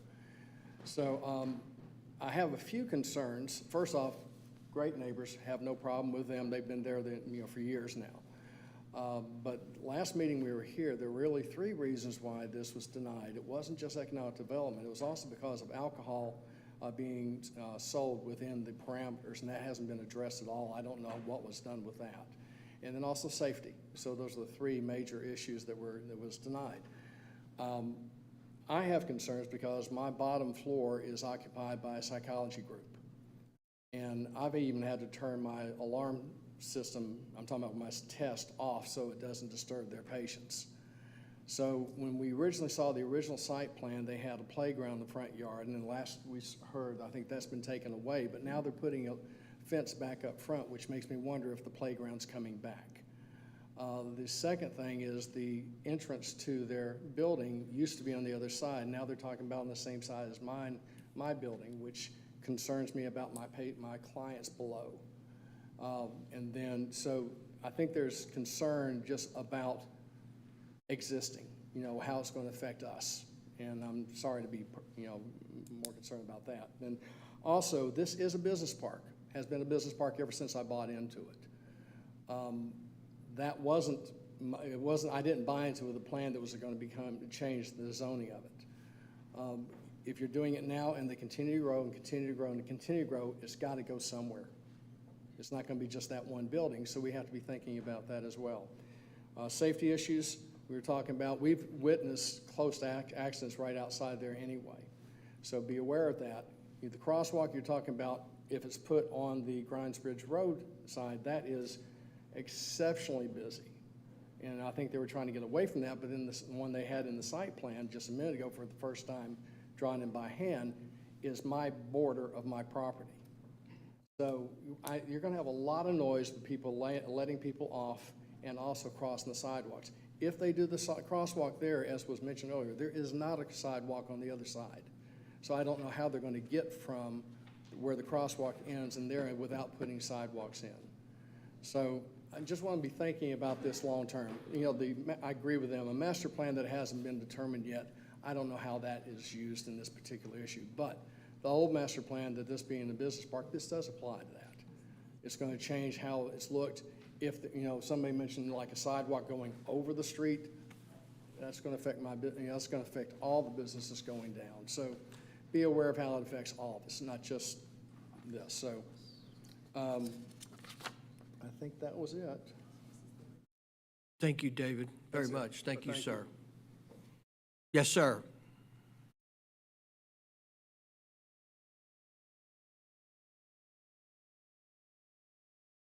Before you say anything, show of hands, how many people would like to come to the dais that are left? 1, 2. Last, I think I probably have. All right, let me see the show of hands again. 3, 4, 5, 6, 7. Okay. All right. Go ahead, sir. You going to go? Yes, sir. Good evening. My name is Mark Schumacher. My address is 1045 Carmichael Court in Roswell. Thank you, Mark. Earlier this morning, I submitted a letter in opposition to this application. I hope you all received it and had an opportunity to review it. I own 4 properties, 4 office buildings on Colonial Park Drive. Purchased my first one in 2015. I've invested more than $4 million into those properties on that street. I certainly would not want to destroy the buildings, as this gentleman recommended, would be the preferred choice. Colonial Park Drive is a very unique street, and that's why I've made those financial investments into it. I have 25 tenants in those buildings. They are doctors, they are lawyers, they are physical therapists, they are psychotherapists, hairdressers, all professionals. They love the street. They love the street because it's very difficult to find office buildings that aren't in a cluster of 15 buildings that look exactly the same, like Sun Valley or down the lake, or down the road at Old Roswell Lake. This is a tree-lined roadway. It's quiet.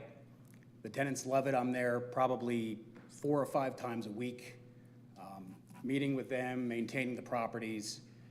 My wife jokes that it's essentially, 4 of my additional children, other than the 2 I already have.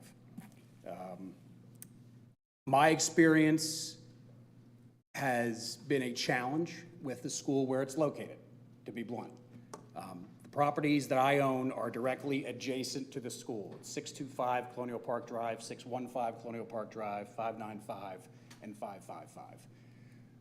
Over the past decade that I've owned the properties, I've come to realize it's quite noisy. The recess is very noisy.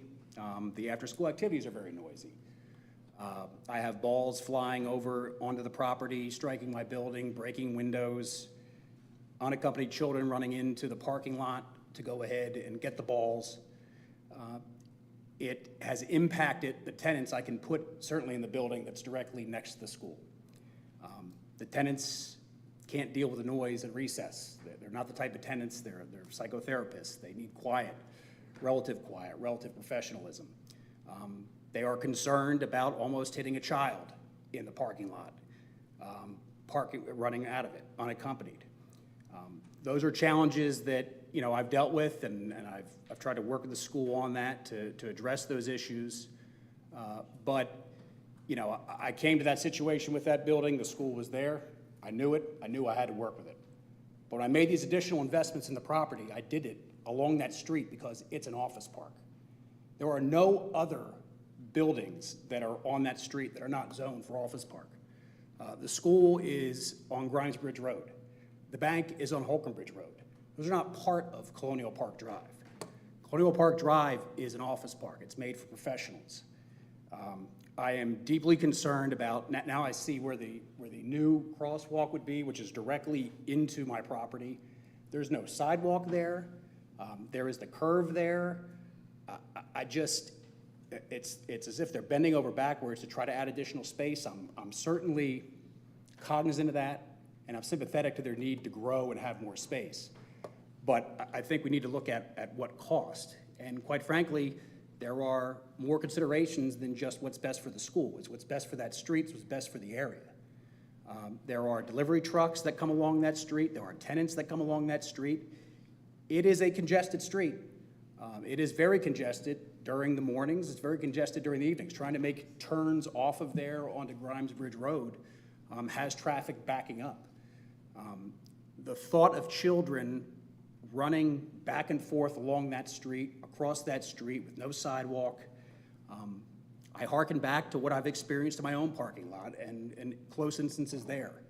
It's very concerning to me. I appreciate the fact that they need to grow, but I think that there are other alternatives that they need to look at rather than just essentially opening the Pandora's box and rezoning one property. Because you rezone this one property, you're going to basically lose the ability to say no to anyone else on Colonial Park Drive. Because what would be the basis? There would be no basis. If you grant it here, there's really no basis to continue to have it all along that park, and that will destroy the park.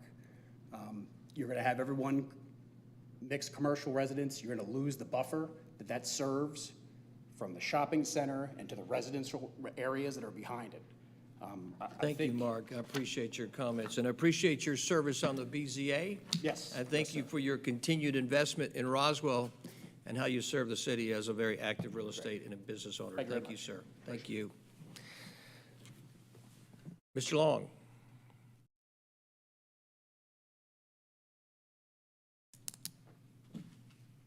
I don't have a pen, so I'll need to fill this out. But Scott Long, 1055 Martin Ridge Road.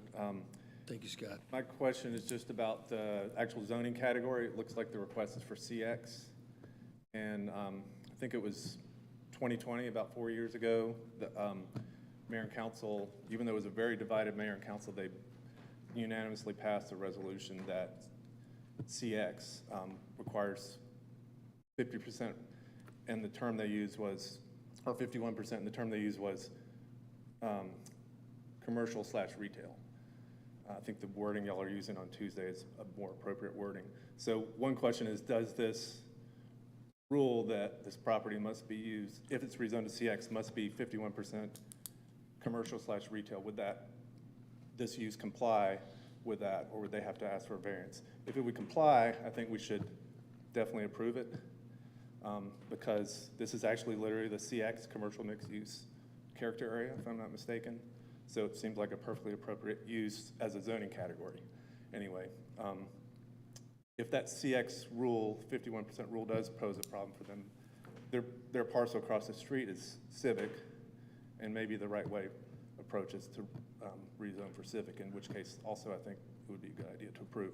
But the questions about safety, I do think if we do approve it, could we consider a condition that requires either a crossing guard like all of our other schools have, including in my own neighborhood, or maybe a real hawk crossing light to limit the issues with safety concerns. But either way, hopefully we can find a way to make it work. Thank you, Scott. Thank you very much. Yes, ma'am. Yes, ma'am. Welcome. Good to see you tonight. My name is Kelly Peters. I live at 255 Shadowbrook Drive in Roswell, Georgia. I've lived here for 4 years. I've been here a few times. Welcome, Kelly. I am actually in a unique position that I live off Grimes Bridge Road, and I've been kind of getting more active here because of everything that's happening with Grimes Bridge and our concern with that. And so we're part of a coalition to just work on everything that's happening with Grimes Bridge, but I'm also part of the Roswell Community Masjid. I volunteer there. I'm there all the time. Ilm Academy is actually on the corner with Grimes Bridge and Holcomb Bridge, but if you go down Market Street behind that shopping plaza, there is the masjid, which was originally in where the Italian restaurant was. We rented out space in 2006, I think, or 2005, and then they moved to a property next to, actually it's next to the other Ilm Academy preschool. So as someone who's part of the Muslim community, I actually don't know, my kids don't go to Ilm actually, so I don't know most of these people. I know some people, but as part of the community, again, like great neighbors, great people, they're my people. But as part of Grimes Bridge, I have to say I'm also very concerned. And so I'm just speaking up because I'm just concerned about safety. And it's just not realistic. I've seen the kids already walking to this location, and I'm concerned about that.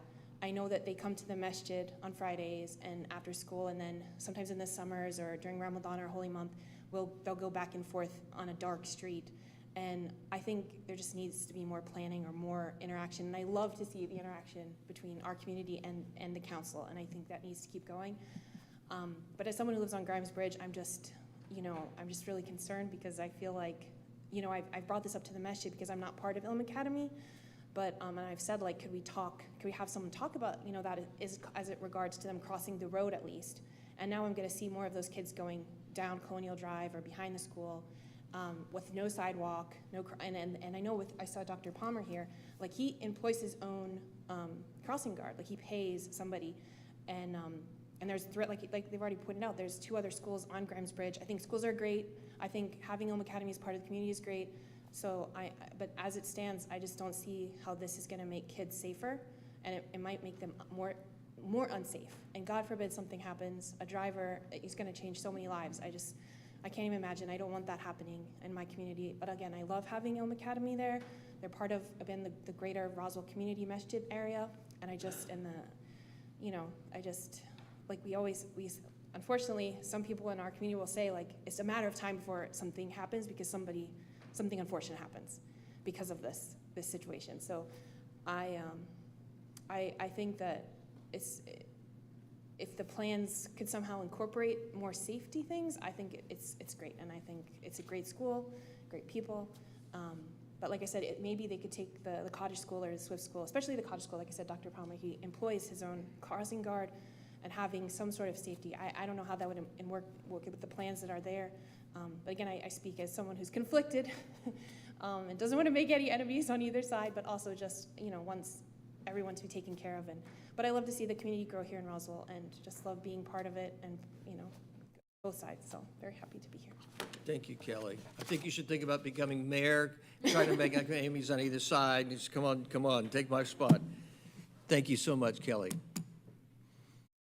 Other folks would like to talk. Roswell residents, welcome, sir. Hi, good evening.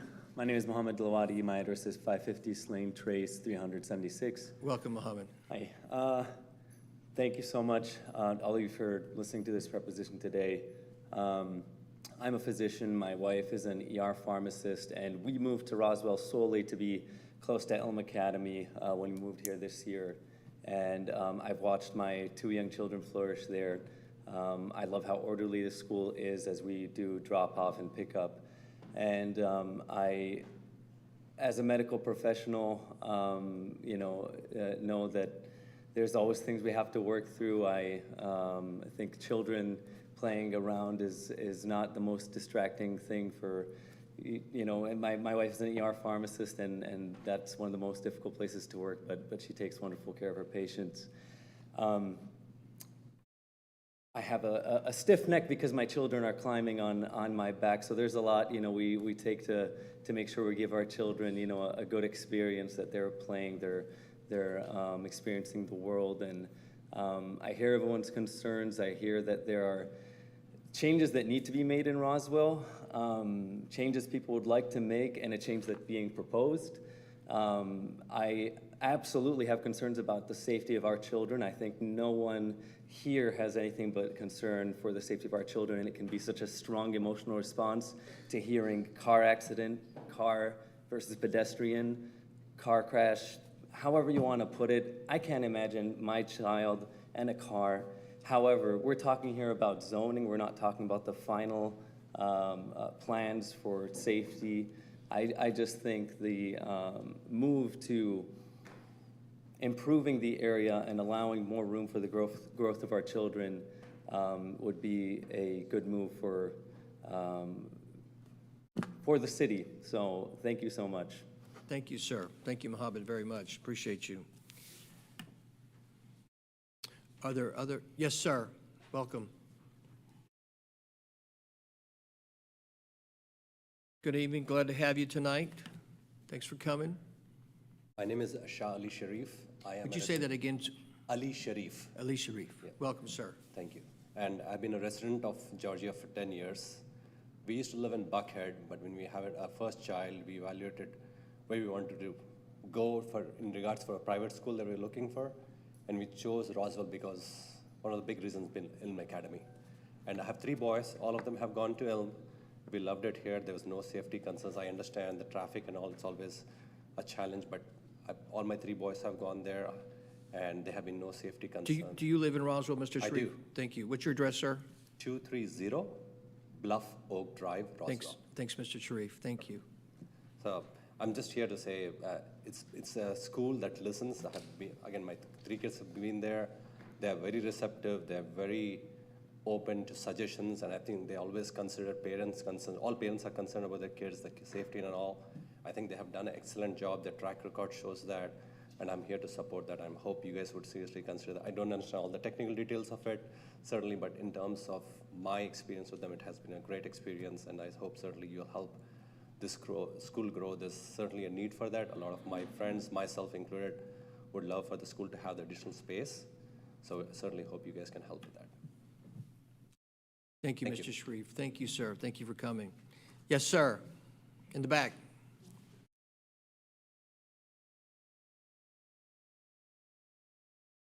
Welcome. Thank you. My name is Abdullah Ahmed. I'm a store owner at 1255 Grimes Bridge Road. I'm here to support the Ilm Academy, obviously. My son goes to that school. Are you a Roswell resident? No, I'm not. I'm Georgia resident.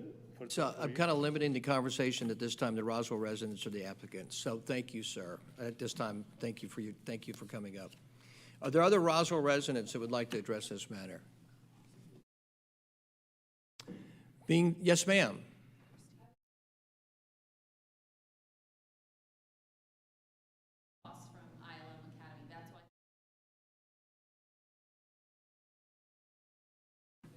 Roswell business, come on up. Thank you. Would you say your name for me, please, sir? And I didn't catch it. I apologize. My name is Abdullah Ahmed. Abdullah. Yes. Yes, sir. Good. Welcome, sir. As I said, I was inspired by ILM or Ilm Academy. And your business is what? Mideast grocery store across from the Ilm Academy. Understood. And I can see as a property taxpayer, see my business booming or boosting or increasing over the years. And also inspired by this school, and I brought my son from 1.5 GPA when I was there to 3.0. So I can see the quality of education and the attitude and the behavior of my son and see him growing. And really that speaks volume to me. And that's why I'm here to support ILM. Thank you for your time. Thank you, Abdullah. Thank you very much, sir. Thank you for having your business in Roswell, too. Thank you. Other Roswell residents that would like to address this matter? At this time, they being there. Yes, sir. Welcome. And let everybody know who you are and what you do for the city. No, I don't need to get into that. Jahazeb Jabbar, I reside at 145 Pine Ridge Way, Roswell, Georgia. And being the #1 family community in America means being friendly to families, but also to family-oriented businesses and organizations. The reality is that the city of Roswell has to balance family values along with economic interests. Fortunately, in this case, both goals are in harmony. As for economic interests, Ilm Academy took over the derelict post office building and has revitalized that area of Grimes Bridge. Many parents come from out of town, as you know, as you've noticed today, and patronize the businesses across Roswell. Whether it's parents going across the street to the beauty salon, the ice cream shop, or the convenience store whose owner is here, older students will walk down to fast food establishments on Holcomb Bridge Road. Moms will drop off their kids and meet up for coffee at our various coffee shops. I know because my wife used to be one of those moms, and traffic was never really an issue at Grimes Bridge. After COVID, office parks are struggling, and this project allows us to fully utilize our non-residential space for full productivity and adds economic value. As for family values, Ilm Academy is a faith-based private school that shares many of the values that we hold dear, God consciousness and community service being two of them. Do we need another liquor store in Roswell, like the one that opened a few doors down from the school? Do we need another massage parlor that is located and has been visited by the police several times and has changed owners too? That's also a few steps from the school. Those are businesses, those are legitimate businesses, and they add economic value, but unfortunately that's all they do. I'm afraid that if we don't grant this variance, we will lose an economic and family values pillar of the community. The city already has its hands full with many things. We lose plenty of opportunities to Alpharetta. Our leadership here has a great opportunity for us to make a win-win decision in retaining a productive organization in our community. Thank you, gentlemen and ladies. Thank you, Mr. Jabbar. Appreciate you. Appreciate your service to the city. Shazam, thank you very much. Always good to see you. Thank you, sir. Any other Roswell residents that would like to comment on this matter? I appreciate everybody's input. Thank you so much. Very valuable, very helpful in the deliberation of this matter. I bring it back to council for any thoughts, comments, or questions. Councilmember Johnson. I have questions for the applicant. Yes, sir. Question for the applicant. Where is the applicant? Yeah, so there's 4 grades that will be in this building, 20 to 25 students each, so that's 80 to 100 students per day. How often would they be crossing the road to go to the other building? Once a day in an organized For way. recess or for lunch? For recess, yeah, once a day. And it will be supervised. And we have proposed a crossing which didn't make it to the presentation. We sent official diagram on that. And the pictures on both sides, as you mentioned.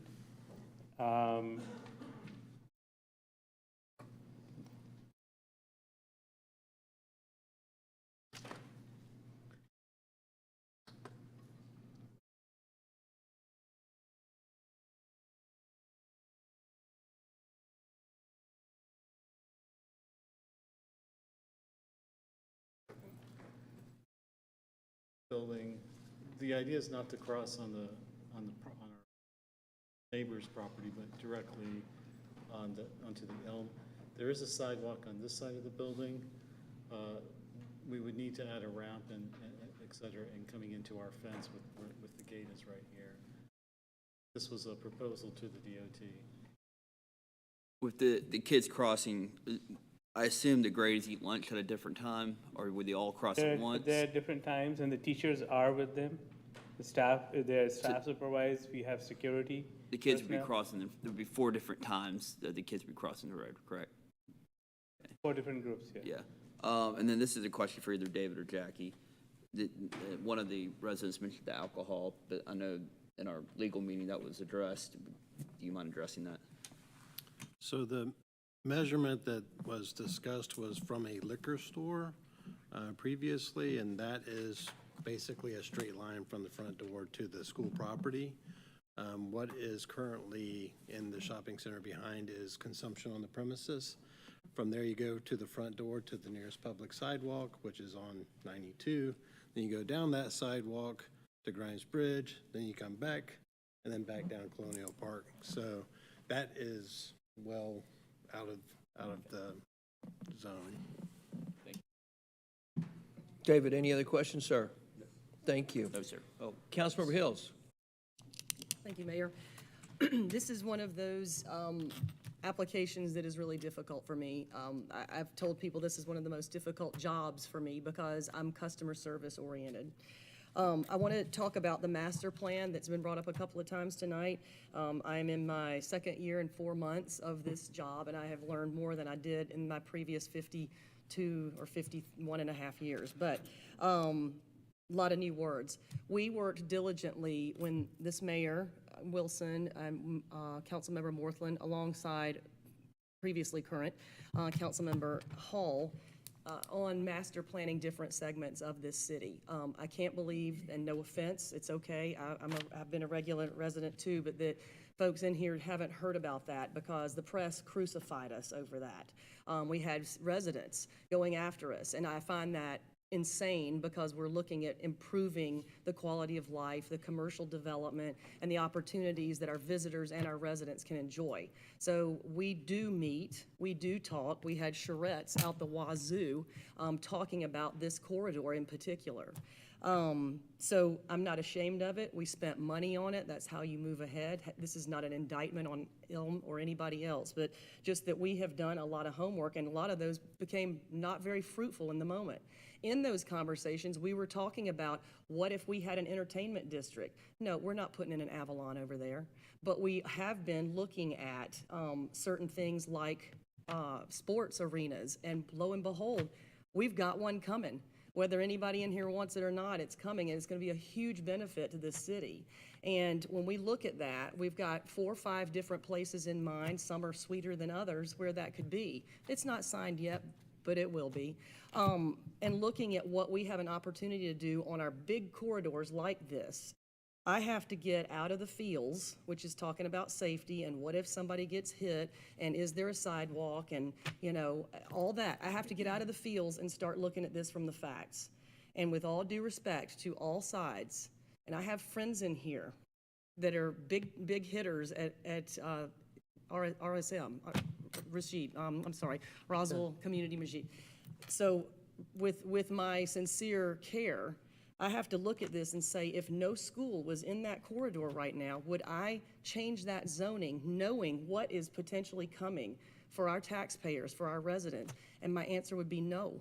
No offense, I don't mean that ugly. I know what your test scores are. I know what your kids are turning out, and I know how invested your families are. And I have huge respect. I've come to your place of worship.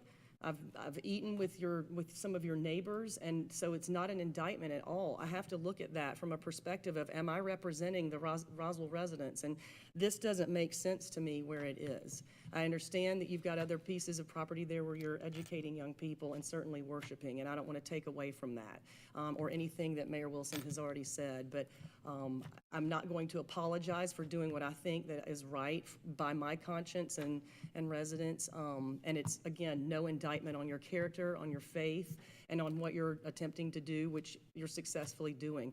I would recommend looking further. There may be a better fit for you that would work just as well. I also know you've got a Razzle Dazzle Worship Center that's in the book, in the works now, not far from there. And I thought there was a school piece to that, but maybe not. So forgive me if I'm misinterpreting that, but I know you have good things in the works, so I don't want to diminish any of that, but I can't support this rezone. Once the toothpaste is out of the tube, we can't get it back if we're ready to make a massive change of what has been described this evening as some really not so savory areas over there. And kudos that you all have stuck it out in there, because there's some areas that I find not great for having kids walking across the street, not the safety piece, just being in that area. So kudos. I believe you've kept your kids safe. So I just wanted to give my more than 10 cents worth on that and be transparent with you. So our current campus is between Colonial Park Drive and Maxwell, and our main entrance is on Colonial Parkway.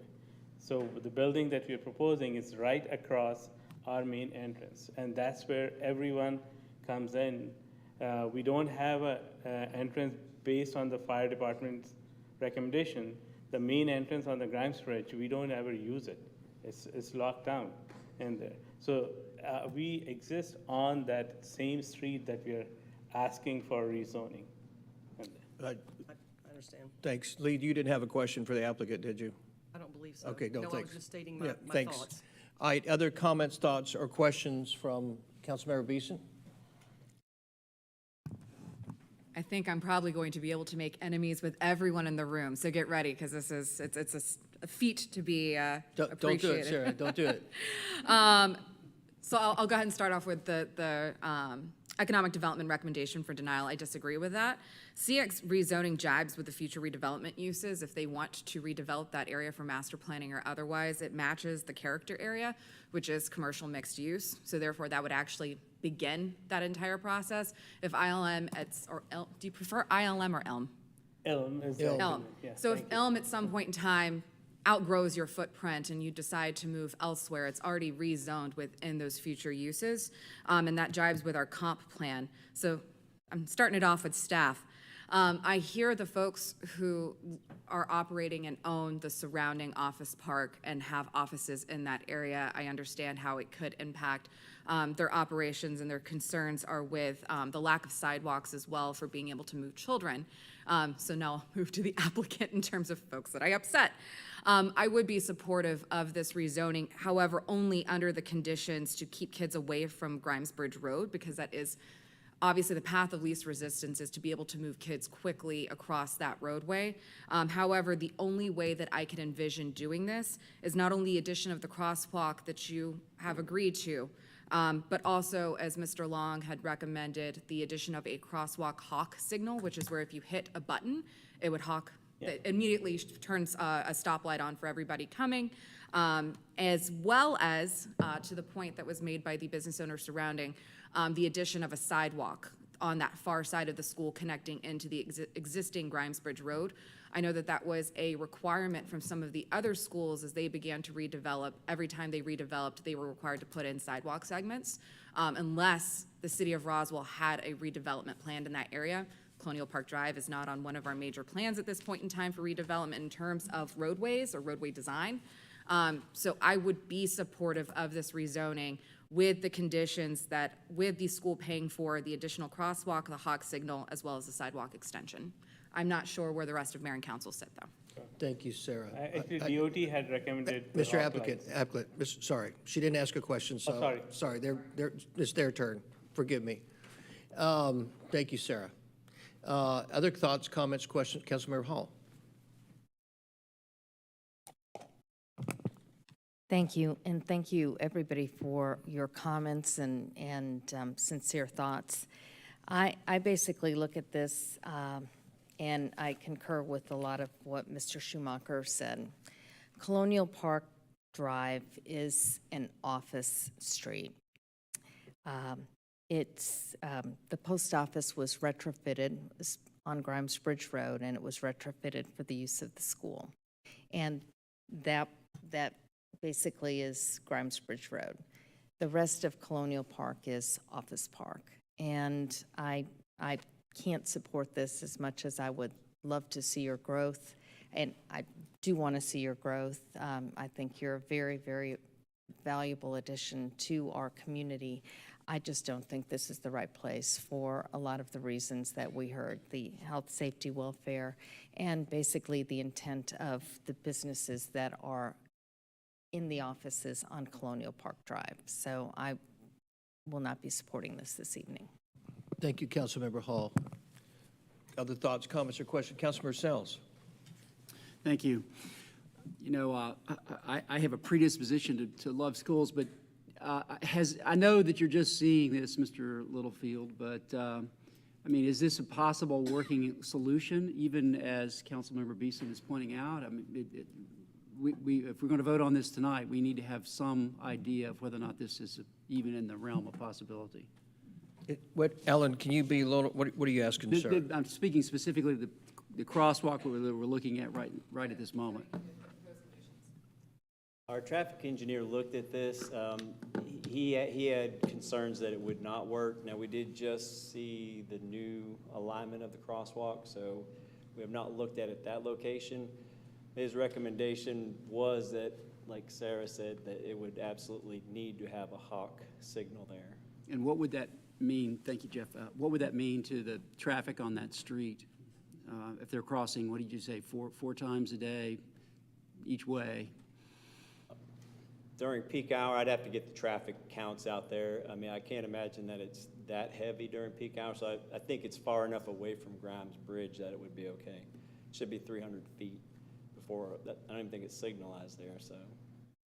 But in order to have a hawk, it's a signalized intersection, even though it's a mid-block crossing with the hawk.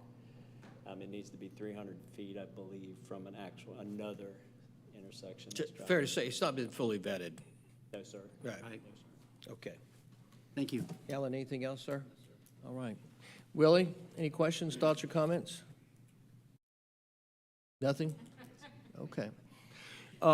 Suffice it to say, I think that that the council represents and the mayor represent the will of this community, which is incredibly thankful to have such a great Muslim community. And it is a real blessing to this city.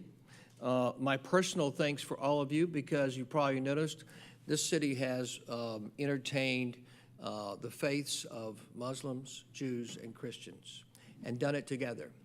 And my personal thanks, excuse me? Sorry, I'm just trying to grab the motion. Yeah. My personal thanks to you who are of the Muslim faith, who were kind enough and generous enough during a prayer by a rabbi to participate out of respect. And what's one of the things we're asking in this community is to show kindness and love and respect to one another, regardless of our faith. And I'm very proud of our Muslim community in this city. I'm very proud of what our Muslim community contributes to this city. And Elm is just one example of that. But I will give, I hope, something that'll be heard. Before you put an application in, talk to your council and mayor. And I'll say that to all applicants going forward, because once the application's in, mayor and council are kind of shut down, and the only people who can communicate to you is staff. And I will tell you that I have, in my little short tenure here of 2 years and 4 months, it's been a learning curve of seeing applications get inside the city, and the mayor and council can't do anything with it. once it gets in. And I don't know how the council is going to rule on this tonight. But I think one thing I want you to take away is that this is regardless, has nothing to do with the fact that it's a Muslim school, just the opposite. I think there's a desire to want to grant it because of how much good you have done. But I will tell you, I don't think the positioning of this, where the school is, makes a lot of sense with it across the street in terms of the current zoning, and it's a simple matter of zoning. And the simple question of this is rezoning from OP to CX. And that's really kind of the matter at hand. It's not a question of, is this school a great school? The answer is yes. Does it contribute to the community? 100%. Do we need more of this? You better believe it. And are we thankful that you're a part of our community? You darn straight. So I want you to hear that loud and clear. And I want you to know that the council feels that way in unanimity. So with that being said, unless there are any further comments or questions from the council, I will ask a motion from Councilmember Mortland. Yes, ma'am. Councilmember Beeson, sorry. With the understanding that where some of the other council members sit going into the vote, not necessarily supporting, may I place the request on Councilmember Morthland to include the 3 conditions as discussed, which is the addition of the crosswalk, the hawk signal, and the sidewalks on the side of the school at the cost of the school. Let's raise that as a separate motion to vote on. Okay. All right, so Councilmember Beeson would like to make a motion to add 3 items to this particular zoning request. And those Yes, 3 items are? I'd like to motion to add the condition of the addition of a crosswalk, the addition of a hawk signal, and the addition of sidewalks on the side of the school covered at the cost to the school. The motion is made by Councilmember Beeson to add those 3 items to this particular matter. Is there a second to this potential amendment? Being that there is no second, it dies. I'm sorry, Sarah. All right, Councilmember Morthland, do you have a motion, sir?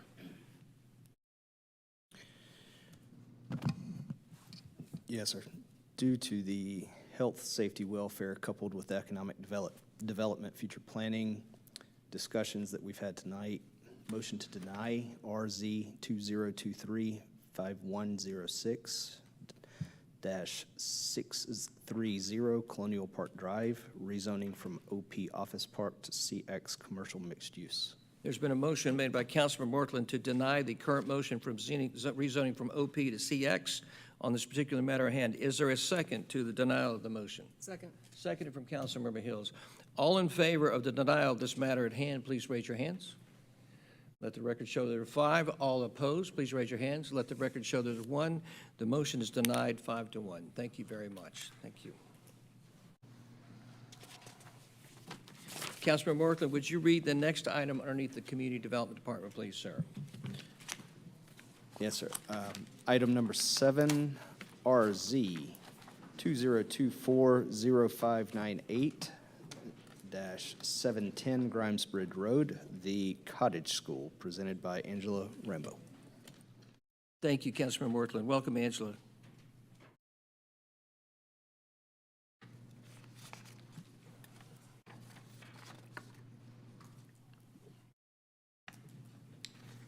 Thank you.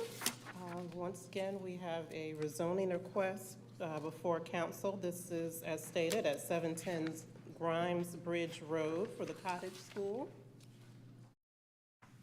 Here we have a aerial picture of the subject property and surrounding area. The applicant is requesting to rezone the property from RS 18, single-family residential, to Civic. The 1.37 acre lot is, as I stated, zoned RS 18, and it's owned and surrounded by the campus of the Cottage School, an accredited private school. The school intends to use the existing structure on the property for administrative and teacher office space, as well as possible additional classroom space. Here we see our zoning map, future land use map. This is a plat of existing conditions of the school property, and you can see that the subject property in yellow is completely surrounded by the existing cottage school. Staff recommends approval of this rezoning request from RS 18 to Civic, and we'd be happy to take any questions from there. Thank you, Angela. Does council have any comments, thoughts, or questions on this matter at hand? Being that there are none, are there any Roswell residents that would like to address this matter? I'm sorry, is the applicant here? Welcome, Dr. Palmer. Good to see you, sir. Thank you to Mayor, City Council, and also the City of Roswell development area and rezoning. Cottage School is celebrating next year 40 years. We specialize in students that have learning differences. There's a phrase that's called SLD, a specific learning disability, and it's been coined since the 70s. And I say really SLD means smart kids learn differently. So you learn differently, you teach differently, and that's what the Cottage School is. And it's been a very successful school that helps kids succeed, brings a lot of families into the area. And what we're looking to do is in a house, I'm not wanting to be a renter. We own the house, it's vacant, and it sits in the middle. And what we're hoping to do is turn it into a business office. Now, I know the neighbors and everyone will talk about traffic and issues, as we know with 400, but I also propose a solution, problem and solution. We're blessed, fortunate, and lucky that the Cottage School has recently purchased and will be closing on another school property in the city of Roswell, continuing enriching and enhancing the city of Roswell with our education system. What does that mean? Well, there's not going to be extra traffic. I'm taking about 100 families away. We're not moving. It's just that my elementary program has grown so much, and the need for early intervention is boosting through that we don't have room. And I do know the complications and the struggles it would take to rebuild, et cetera. So we're not looking to do that. I'm looking to relocate. Matter of fact, I close on the property the 29th of this month. Our goal will be able to move our young elementary to that, so we'll have two campuses, an east and a west campus. So all I'm looking to do is take that property that we own, and I don't want to continue being a renter, because the last time, these people that rented it out kind of gave me a different view of wanting to be an owner of rental property. So I don't want to do that. I don't want to bring in more people to that area. Access, I'm not bringing more cars in. I'm taking 100 families away. And to get to that property, we walk on it from the existing 23 acres that we own. So not looking at construction, not looking at trees, not looking at anything except put some desks and chairs in there as of now. But the future plans is a 2.5 acre property that my elementary can have their own complex.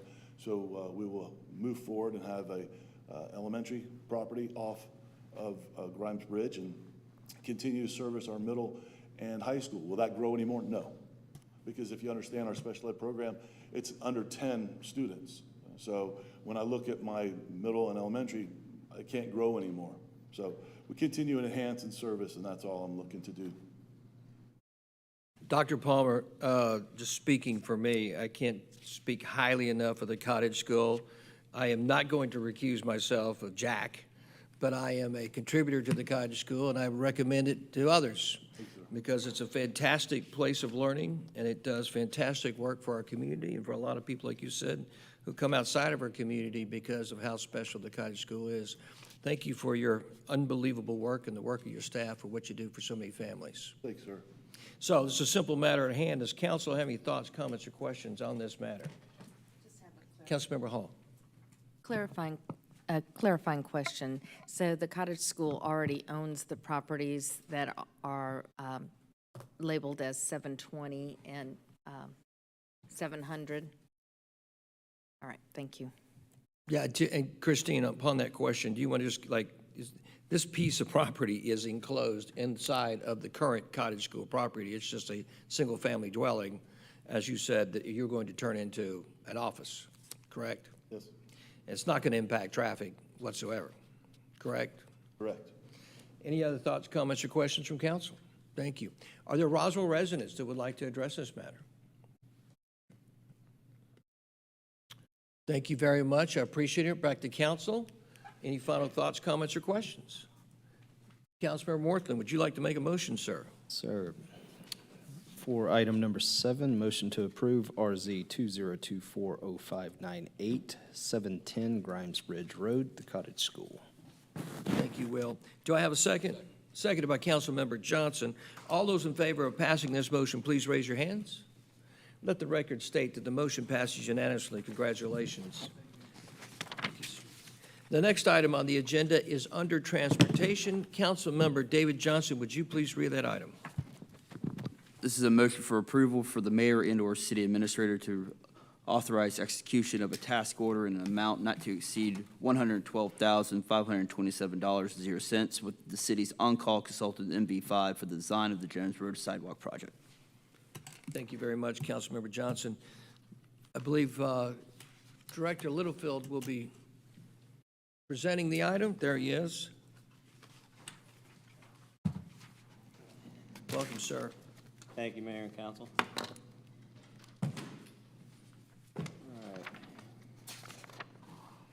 RDOT staff is requesting permission to proceed with issuing a task order to MV5 in an amount not to exceed $112,527. The work includes concept development, preliminary design, and final design for the Jones Road sidewalk, which extends from Lake Charles to the existing sidewalk close to the Woodstock intersection.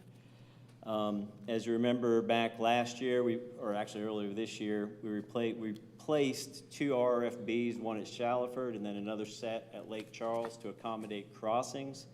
But we still realized that there were children from the Crabapple Middle School that were walking down the grass strip, not crossing at Woodstock, and going to the Lake Charles Road.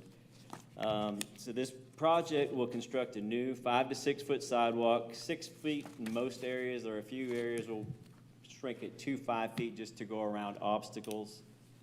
Along the south side of Jones Road, all the way to Lake Charles. Total length of the project is 1,500 feet. The project is on the city's sidewalk gap matrix and has received several requests recently with the opening of the new Crabapple Middle School. All right, this is a picture just showing the limits of the project.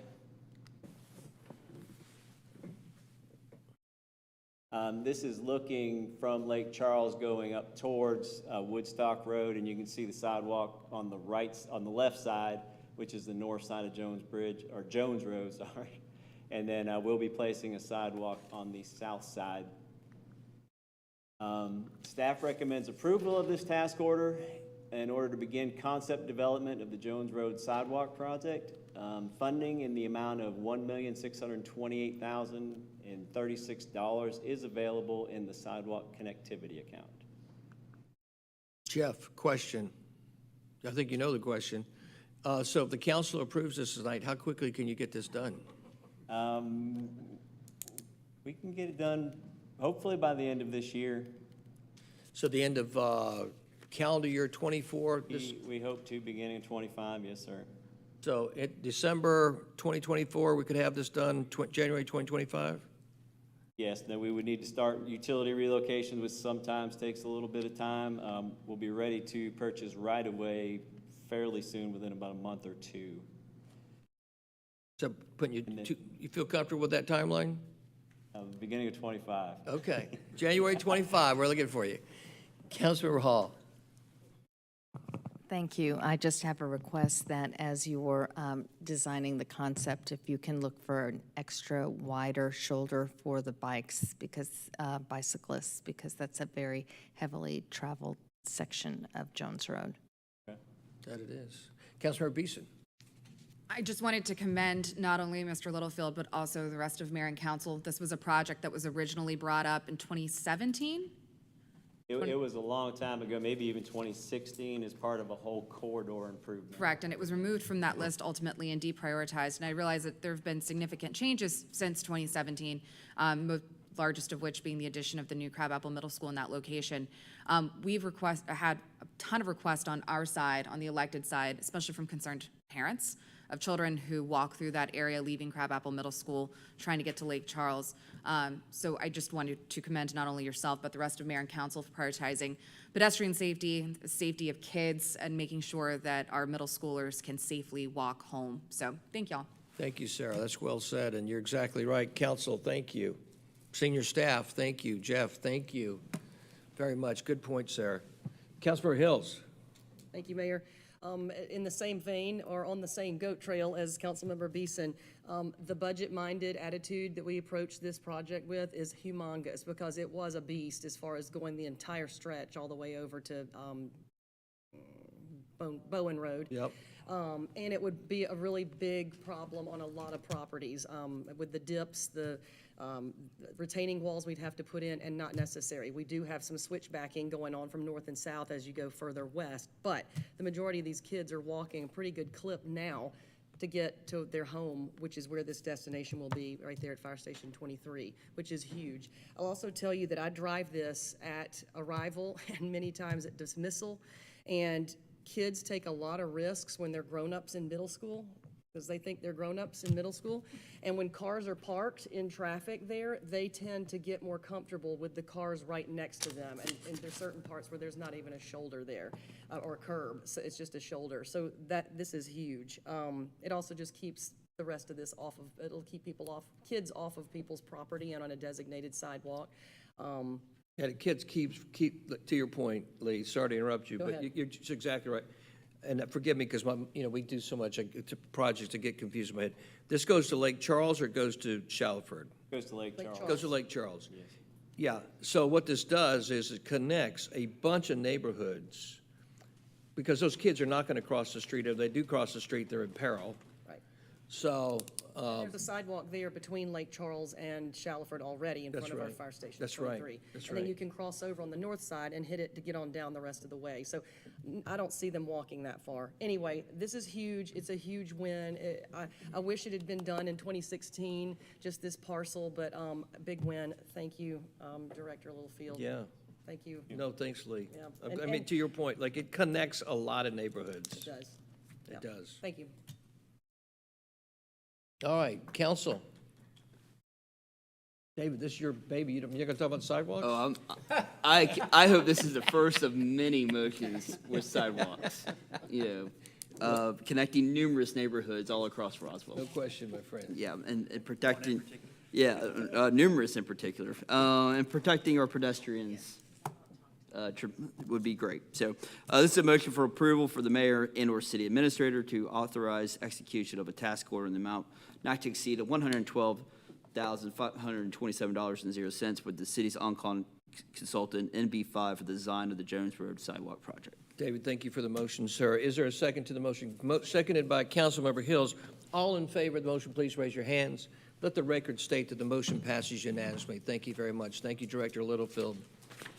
All right, next is the city attorney's report. City Attorney David Davidson, would you read the next item, please, sir? Thank you, Mayor. The only item I have is recommendation for closure to discuss personnel litigation and real estate. Thank you very much. Do I have a motion for closure? Motion made by Councilmember Beeson for closure. Do I have a second? Seconded by Councilmember Johnson. All in favor of closure, please raise your hands. Let the record state that the motion for closure is unanimously. Thank you very much. Being that there are no other items, this mayor and council meeting of May 13th, 2024 is adjourned, and we're heading to closure. Thank you. Did I miss something? Did I miss something?